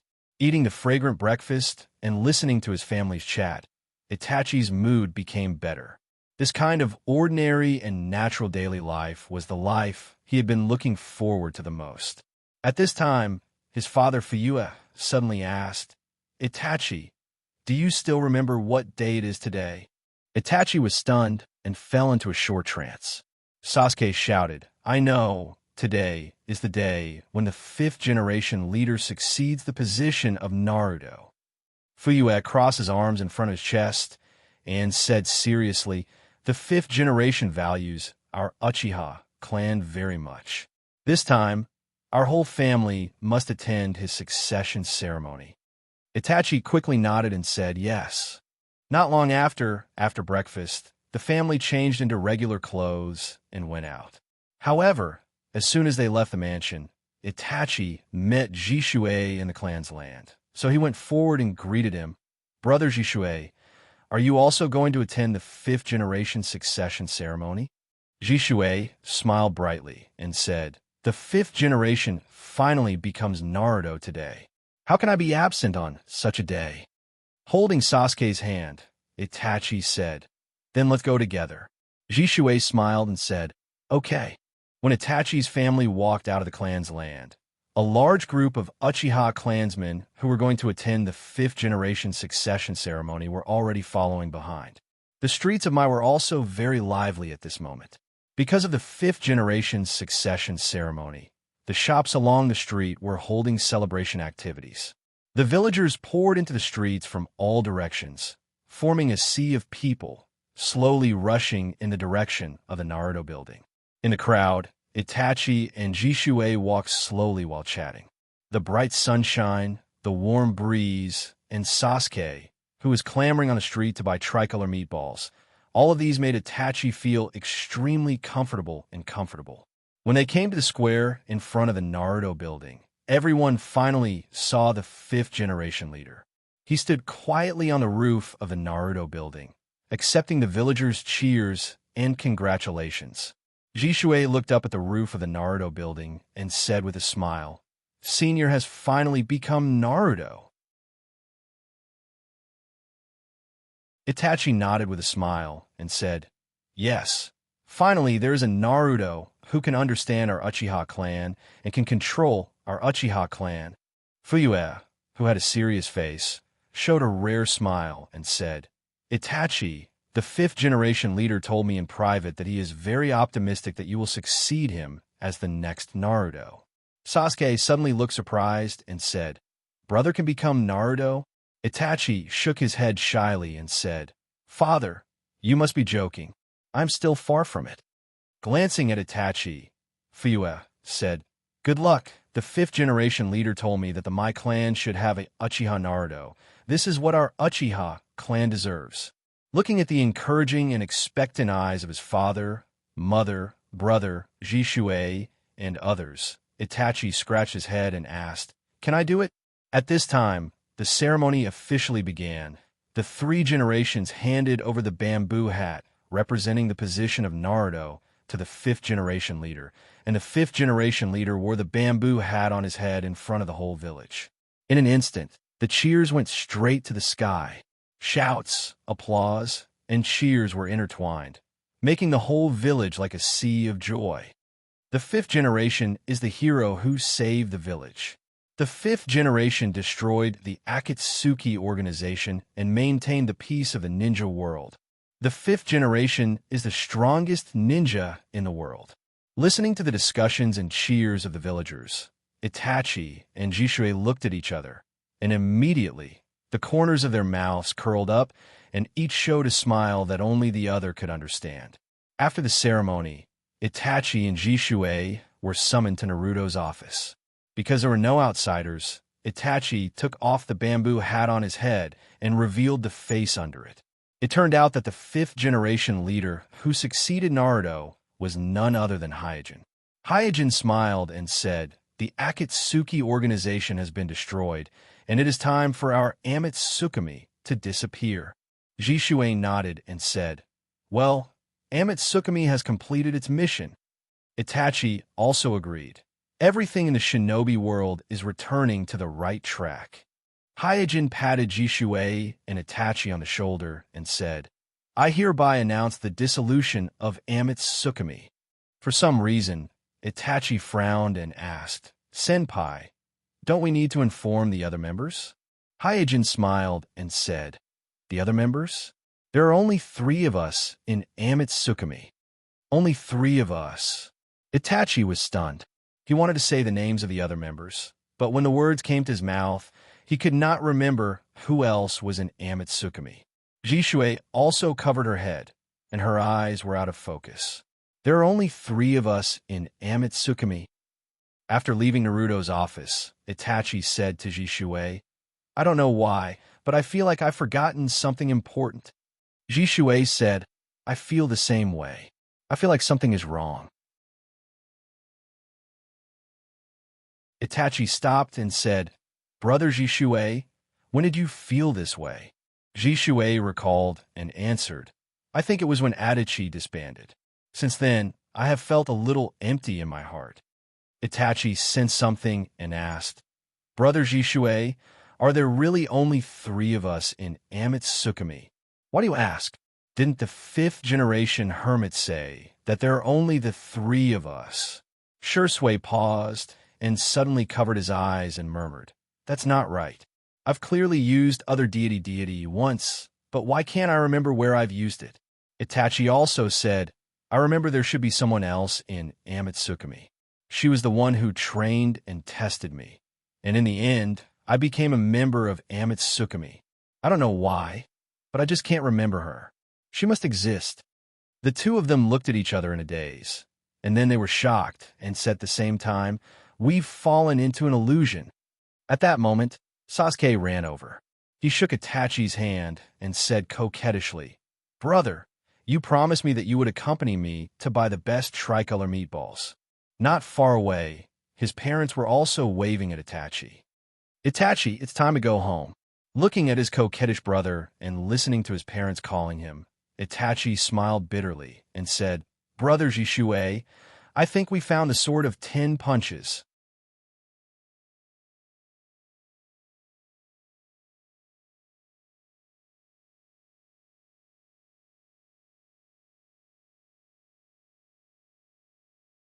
It was extremely rare for a clansman to be able to awaken the Manjikyu Sharingan in the Uchiha clan, not to mention awakening the pupil technique Tsukumi. This kind of coincidence might only happen once in hundreds of years, and Itachi was the embodiment of the coincidence after hundreds of years. Rumble. Suddenly, Itachi's stomach made a sound. Rumble. Then, Jishui's stomach also made a sound. I'm so hungry. The 2 of them said in unison. After taking out the soldier ration pill and chewing one each, Jishui said, I don't know how long it has been since we were sucked into Tokugan's sword. Senpai received the news, but couldn't find us. He must be very anxious.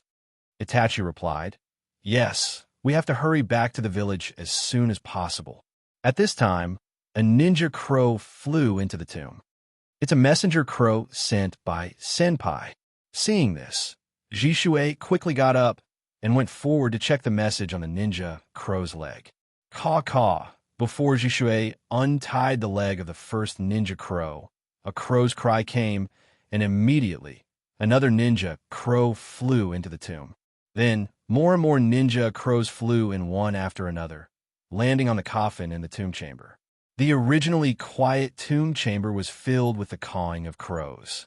Looking at the dozens of messenger crows, Jishui and Itachi looked at each other and said, Something happened to the village.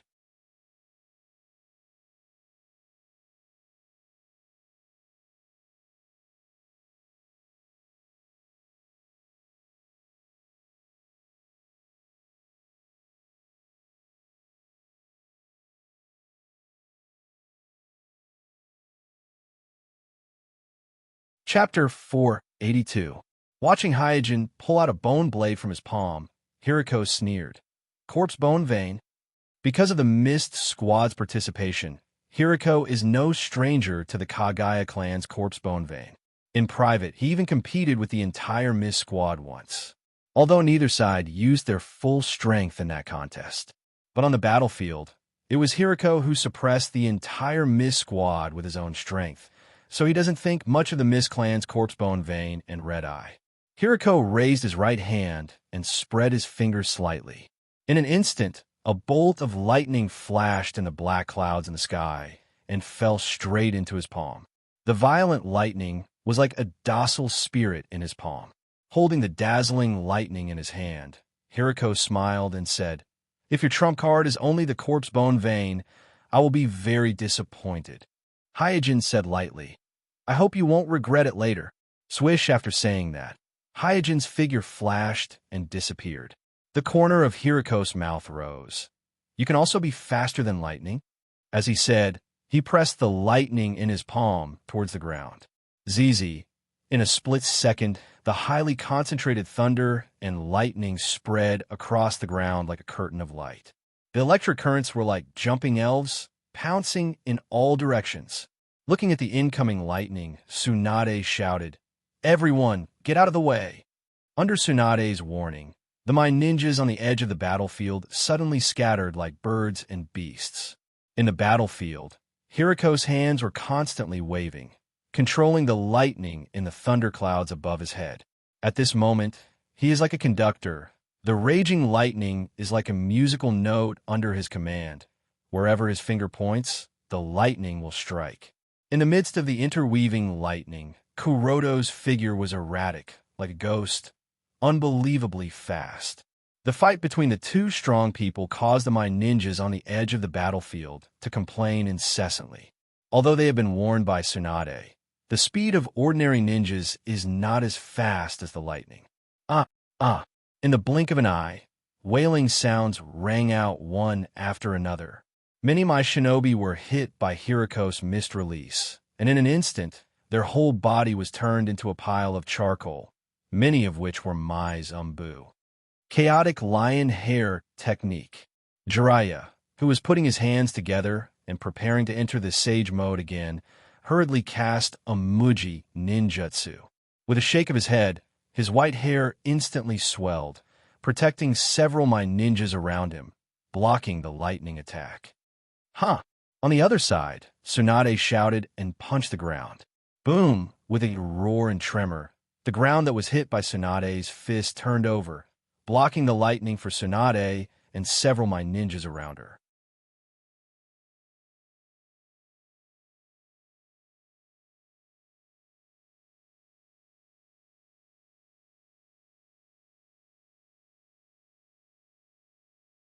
Chapter 483. The first few days of May seem to have the effect of doubling the monthly votes, so I implore everyone to continue to support me and give me the guaranteed monthly votes for May. May 1st is actually my birthday, but everyone can rest assured that I won't go out and have fun. If there are no accidents, there will be an extra chapter on the 1st, 3 chapters guaranteed. Finally, thank you again for your support this month. The Naruto world in the eyes of reincarnation. Currently typing. Please wait for a moment. After the content is updated, please refresh the page to get the latest update. You're tuning in to the Warrior Lore YouTube channel. Don't forget to subscribe and join us on this journey to catch the most captivating stories.